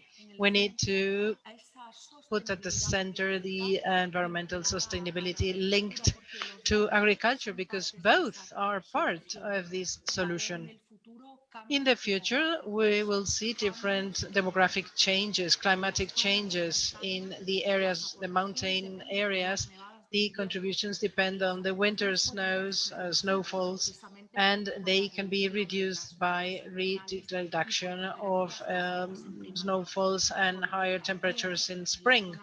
And therefore, also mountainous areas, in mountainous areas, climate change reduces those reserves or reservoirs. The management of water is is paramount, is very important. And this is an opportunity, and the opportunity is in our irrigation surfaces. They are modernized so as to become more efficient. In other places, we see delocalization of companies due to water scarcity, but we need to take advantage of the fact that we have water so as to modernize our plants. We have good climate, we have fertile lands and soils, and the quality of our products is excellent. And if we have, in addition, water availability, we need to really focus on this.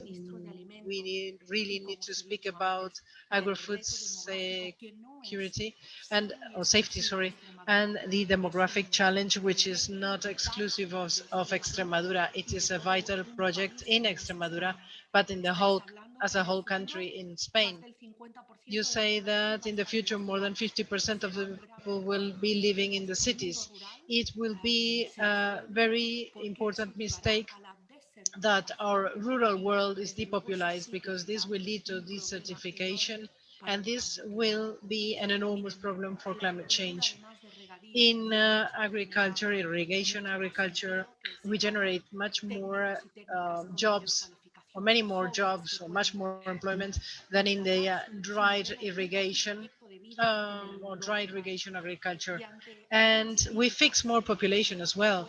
And faced to some criticism saying that irrigation agriculture is not sustainable when we speak about energy efficiency, modern irrigation, technological revolution. We speak about a deep transformation of that agrarian activity. We speak about training, new technologies, and therefore all these trends will make our sector evolve, and they are marked by the demographic trends and the climate change trends. In the light of the situations and the goals, we need to see that in Extremadura, the future of some counties lies on irrigation, and therefore the irrigation agriculture management is so important in this local ministry through the General Secretariat of Population and Rural Development. I would like to say, by way of conclusion, not with a speech, because paper withstands all. I would like to finish with some estimates and budgeting information. In the modernization of our irrigation techniques for more efficient use of water, we have tendered 3 different calls by a value of 27 million euros.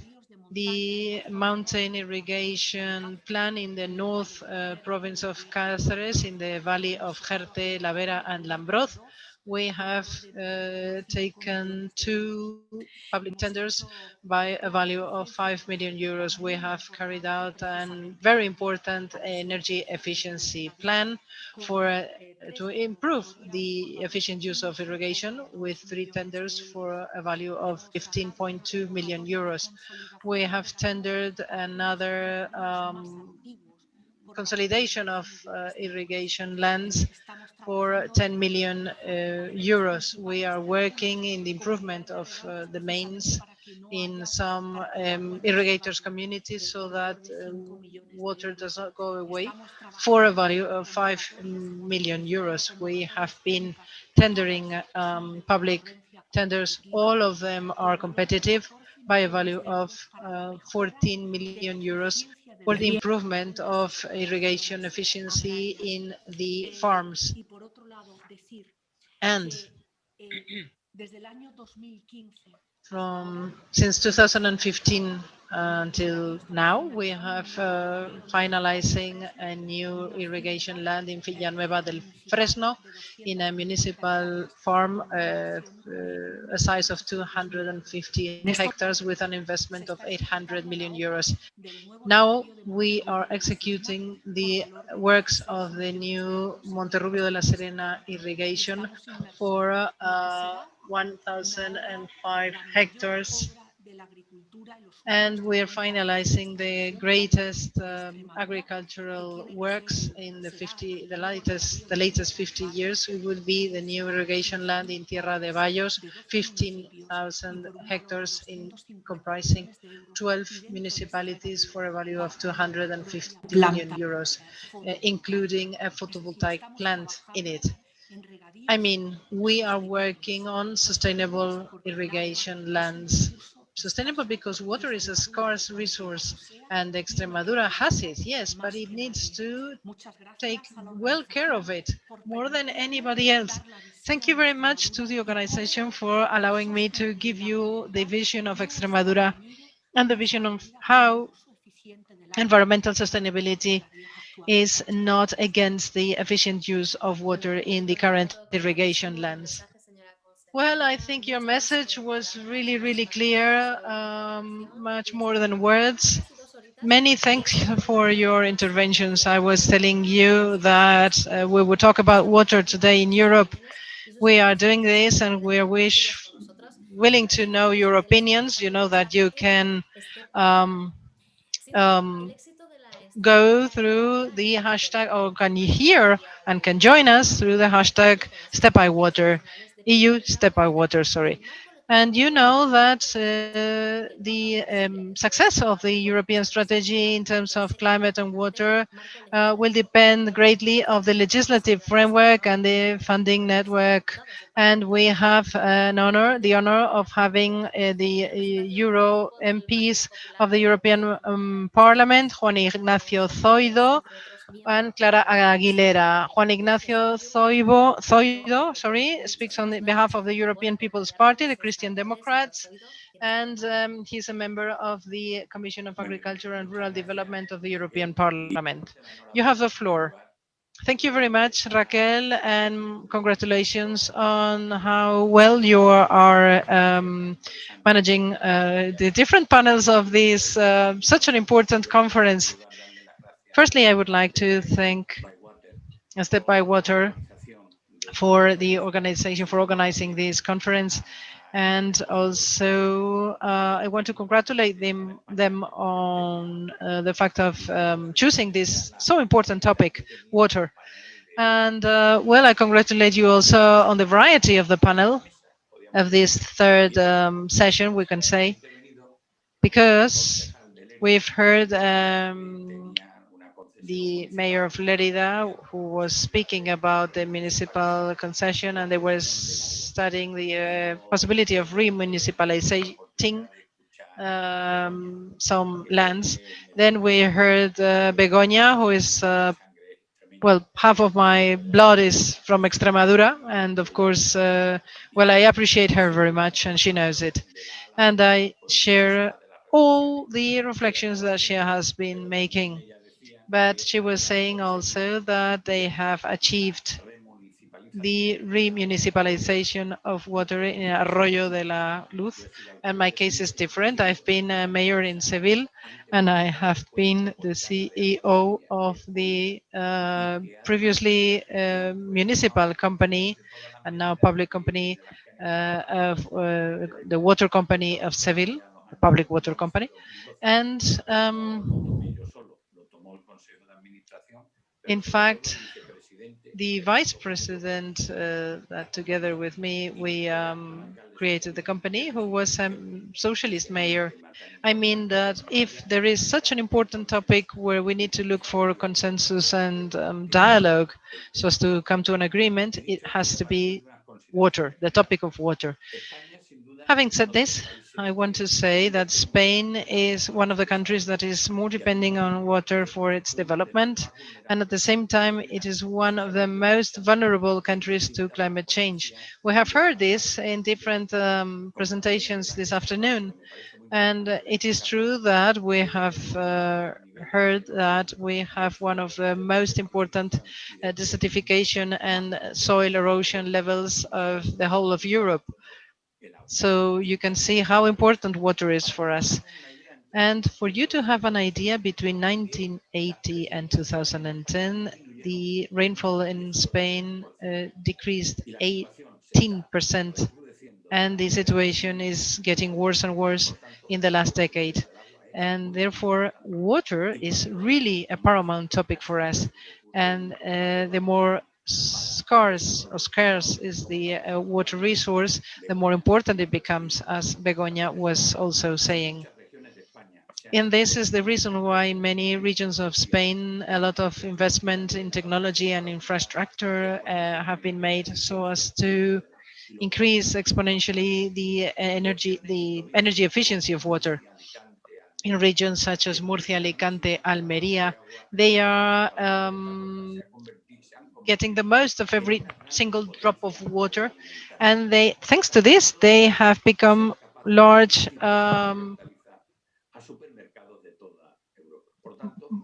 powers, let's say, so that they are exporting to many countries in Europe. They are squeezing every single drop of water, and I take advantage of being here so to mentioning a very, very important topic so as to claim the consensus, necessary consensus required for this topic. And I'm talking about the Trabajo, which is a topic, I think, an important topic in Spain, and also topic dealing with the survival of the trasvase. When I speak about trasvase, I speak about the water transfers, which have been generating wealth for Spain. It has been these water transfers have been done not only generating wealth but with a lot of energy efficiency. But now we see or we face a modification and amendment of the laws, and I think they are unfortunately using more ideological than technological criteria. And I reclaim and I call for using more technical requirements, and also dialogue. This is a key word that I always underline in politics. And I am worried or concerned about the silence of the Ministry of Agriculture. When water is such an important topic for all the interests that are managed by the ministry, I think that the silence is not a good thing. But, well, fortunately enough, there are some persons like Juanma Morel and Fernando López Mira that are moving a lot. I signed an agreement on the water transfers on behalf of the citizens of those of their regions. And today, the president of the region of Alicante has added himself to this signature. But thinking about this, the problem, well, the president of the Valencia region has said that he will present allegations or claims or closing arguments to this signature. And therefore, I think that this is very important to speak about, because the citizens will see that their bills increase. In this forum, we need to remember the fact that the SDG number 6 points out that the responsibility of governments is that they should be responsible for the governments should be responsible for the availability of water for all citizens. Now, within the framework of the 2030 agenda, we need to think about all this, and thinking that the Levante, that is the east of Spain, needs not to be discriminated, and this must be underlined by policies and legislation. Water needs to continue being a source for prosperity for the million of all citizens, but also the millions of the people living in Murcia and Alicante, whose jobs depend on this. We cannot leave anybody behind, and we need to look for a consensus through a sincere dialogue, looking for technical solutions and not ideological ones. And speaking about the role of city councils and the role of the European Union, on a European level, the legislative framework is established already, is the Water Framework Directive, but we need to go down to the state level, the regional level, more local level, municipalities level, and cities level. It is undeniable that we need to continue progressing on the sustainability of our actions.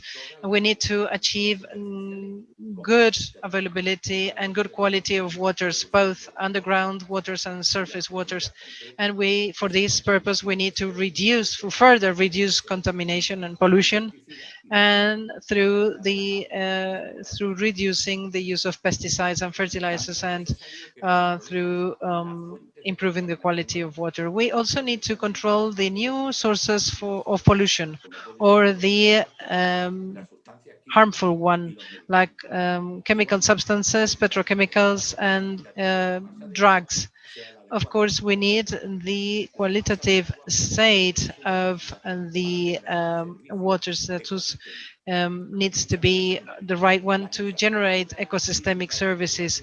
In many cases, infrastructures or regulatory infrastructures need to be the right ones so as to prevent potentially catastrophic effects such as floods that unfortunately we have been suffering very specifically in some areas in Spain.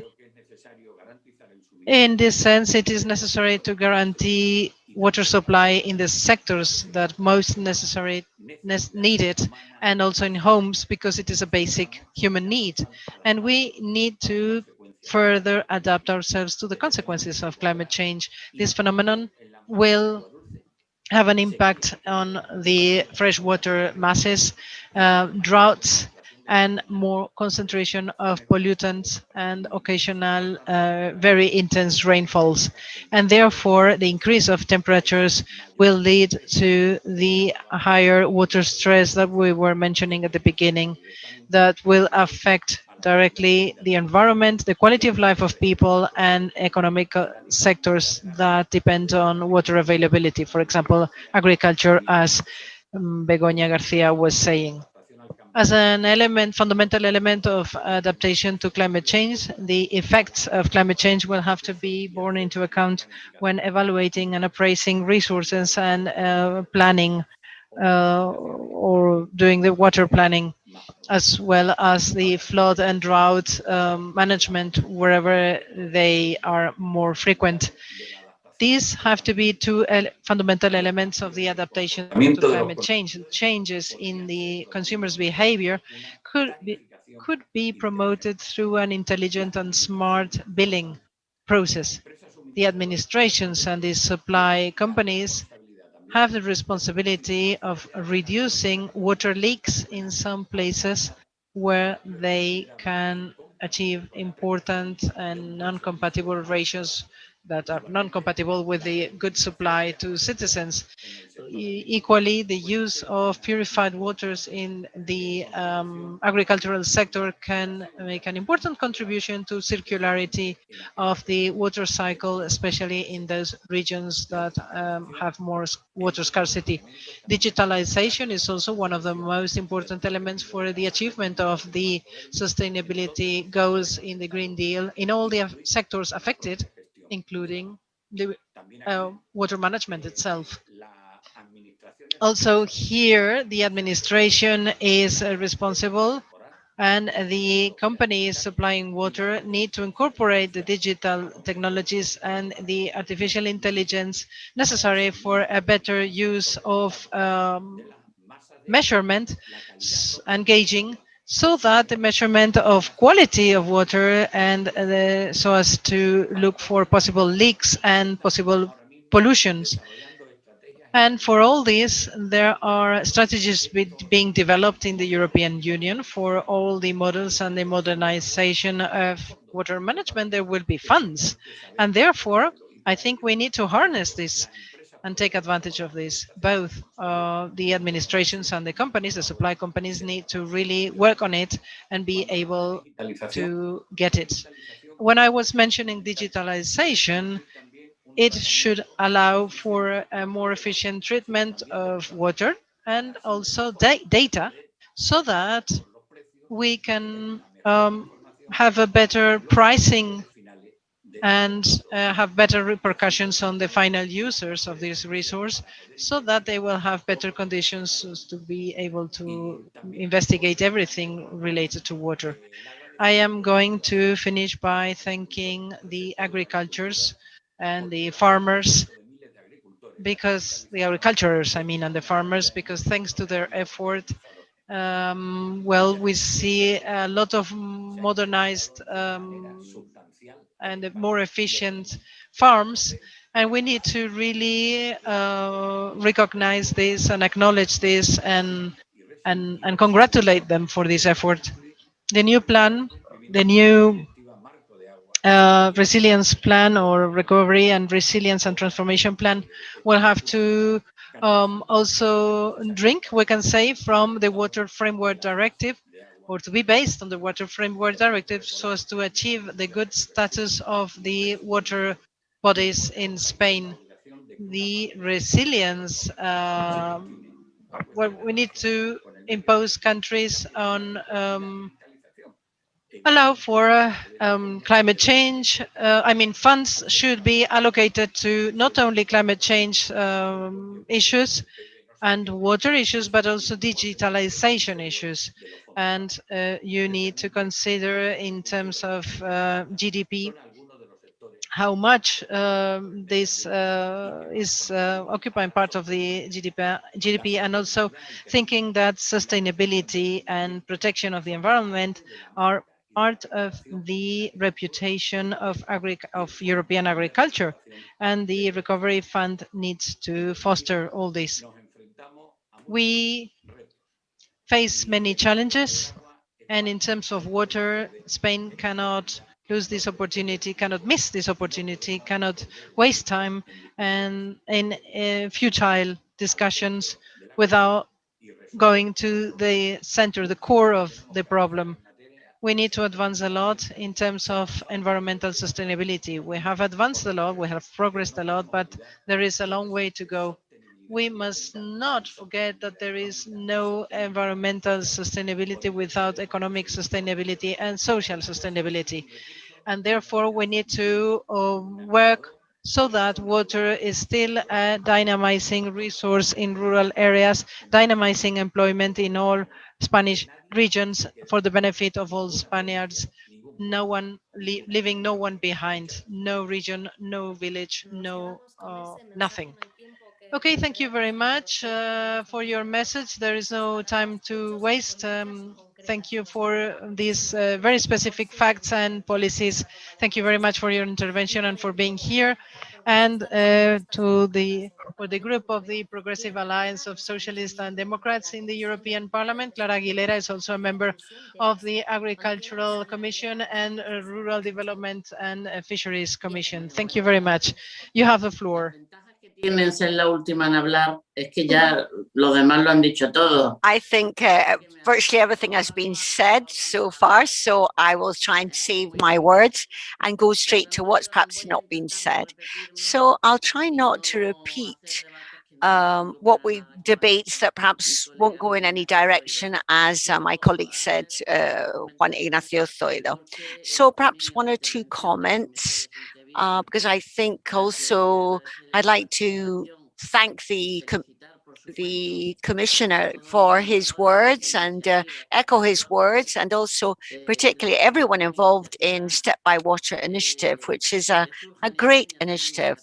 I feel very satisfied that this has happened and be very grateful. I feel very grateful to being invited, Raquel. So congratulations for doing this so well. I think it's quite hard sometimes to have this kind of meeting with one speaker after another, and sometimes it can be a bit boring, perhaps, but I think everything, all the contributions have been really excellent, and everyone's really said, made their mark, shall we say. Everyone's made their mark. We've got the town hall, the agriculture representative for Extremadura, the regional minister, also Juan Ignacio Zoido, who's from the same party as me, and we've spent a lot of time together. So I'm delighted to be here. And also, well, Juan Ignacio, of course, we worked together in Brussels in the Parliament. I wanted to comment that on the question of the importance of water, everyone said it, I think, that I need to say it loud. This water in the European debate is one of the fundamental elements of our policy in Europe. So this is a substantial part of our debate, and particularly as part of the Green Deal, the European Green Deal. So you have the two strategies We are very deeply involved in debate, strategies on biodiversity, etc. These are the elements which are the key part along with our climate law. So I should say that there has been an agreement. There has been an agreement this very afternoon, in fact, so we hope that we will see definitive approval. So we can say that in this strategy and we think about these political documents and legislative documents, at the moment they're just political. One of the most important debates, thinking of the future, are the changes that must take place in some sectors, particularly in agriculture, but also in other sectors like transport or other elements, to be able to produce a change in our model. The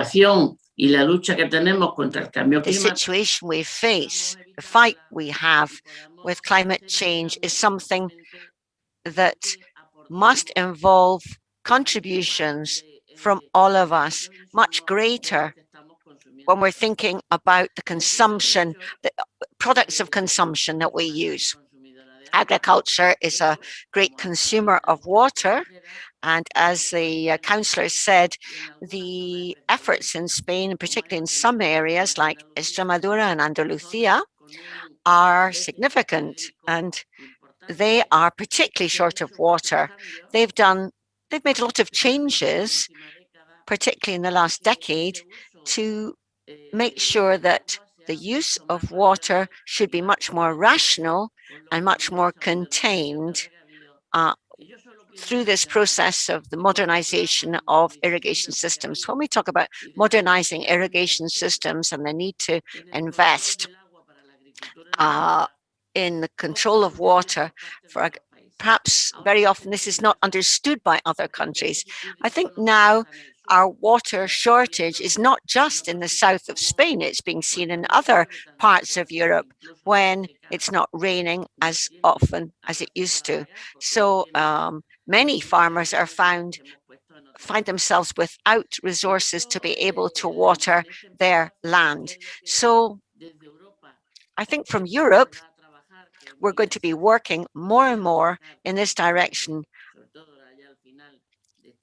Particularly at the end of this session, I think we should underline that these two strategies of the Green Deal, what we're aiming for is a much more effective use of water and a change in our production system, particularly our model of production. And this is why we are looking at elements which have their benchmark as water. The increase of ecological production is important to mention. The elimination of the use of pesticides and products which are damaging to the environment and can be contaminating to the land and to the water. This is very much a rational part of our policy. We must give our agriculturalists, our farmers, alternatives, but alternatives that can be accepted by society. So we have to work agriculture in a different way. We have to work in a more sustainable way. So we are going to see legislative changes in the coming 3 years. Even this year, there will be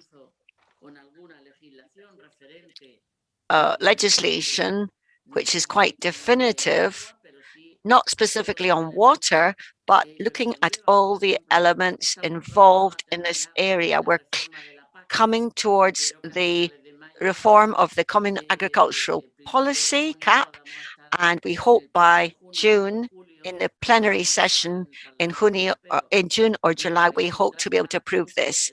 This is very much the area of water use and looking at investments for the best possible and most economic use of water. So that's part of CAP.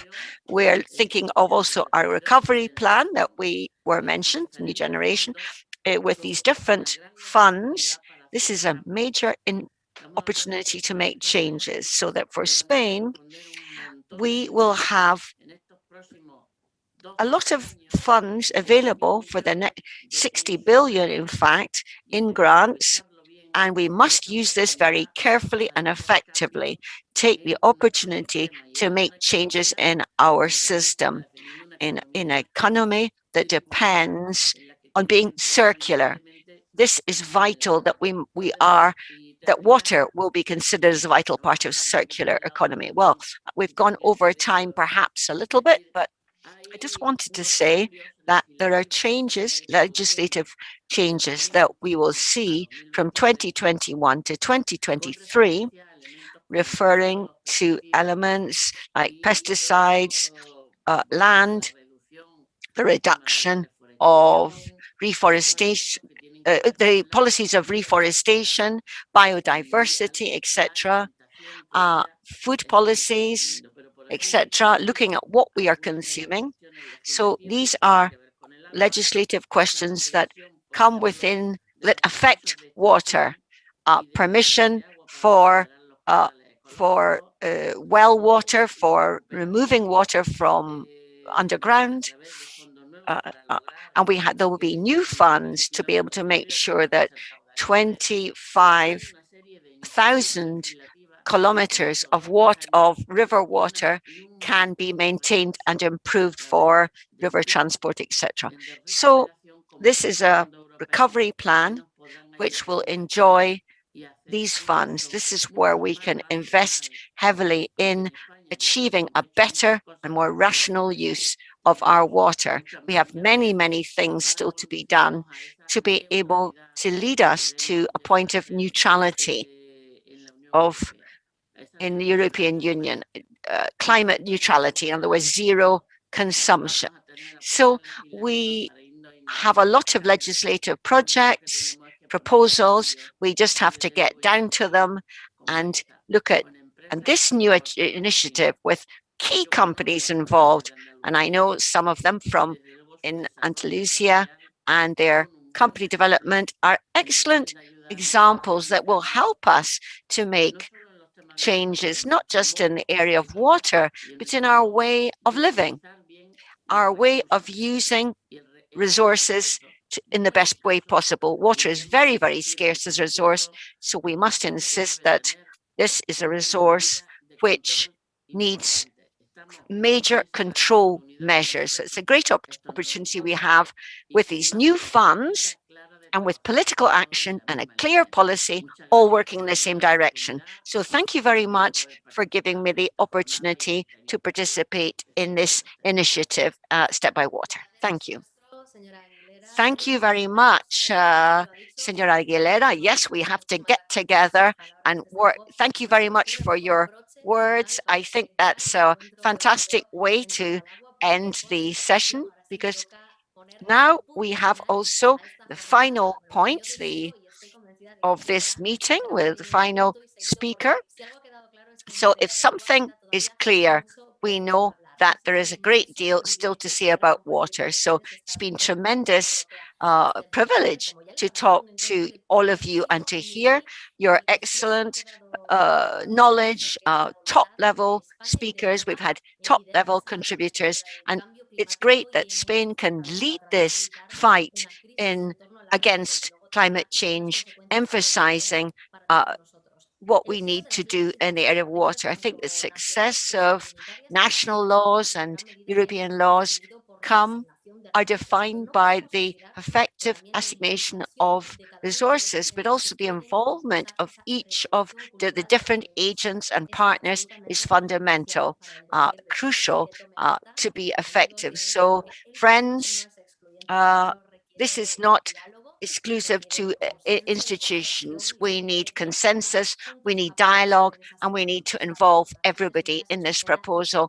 through this commitment we have been given by United Nations through the Sustainable Development Goals. So we have sustainability must be the key pillar of our reforms for the future. So thank you very much, and we hope to see you all very soon. So Have a lovely evening, and thank you so much for participating. Goodbye to everyone.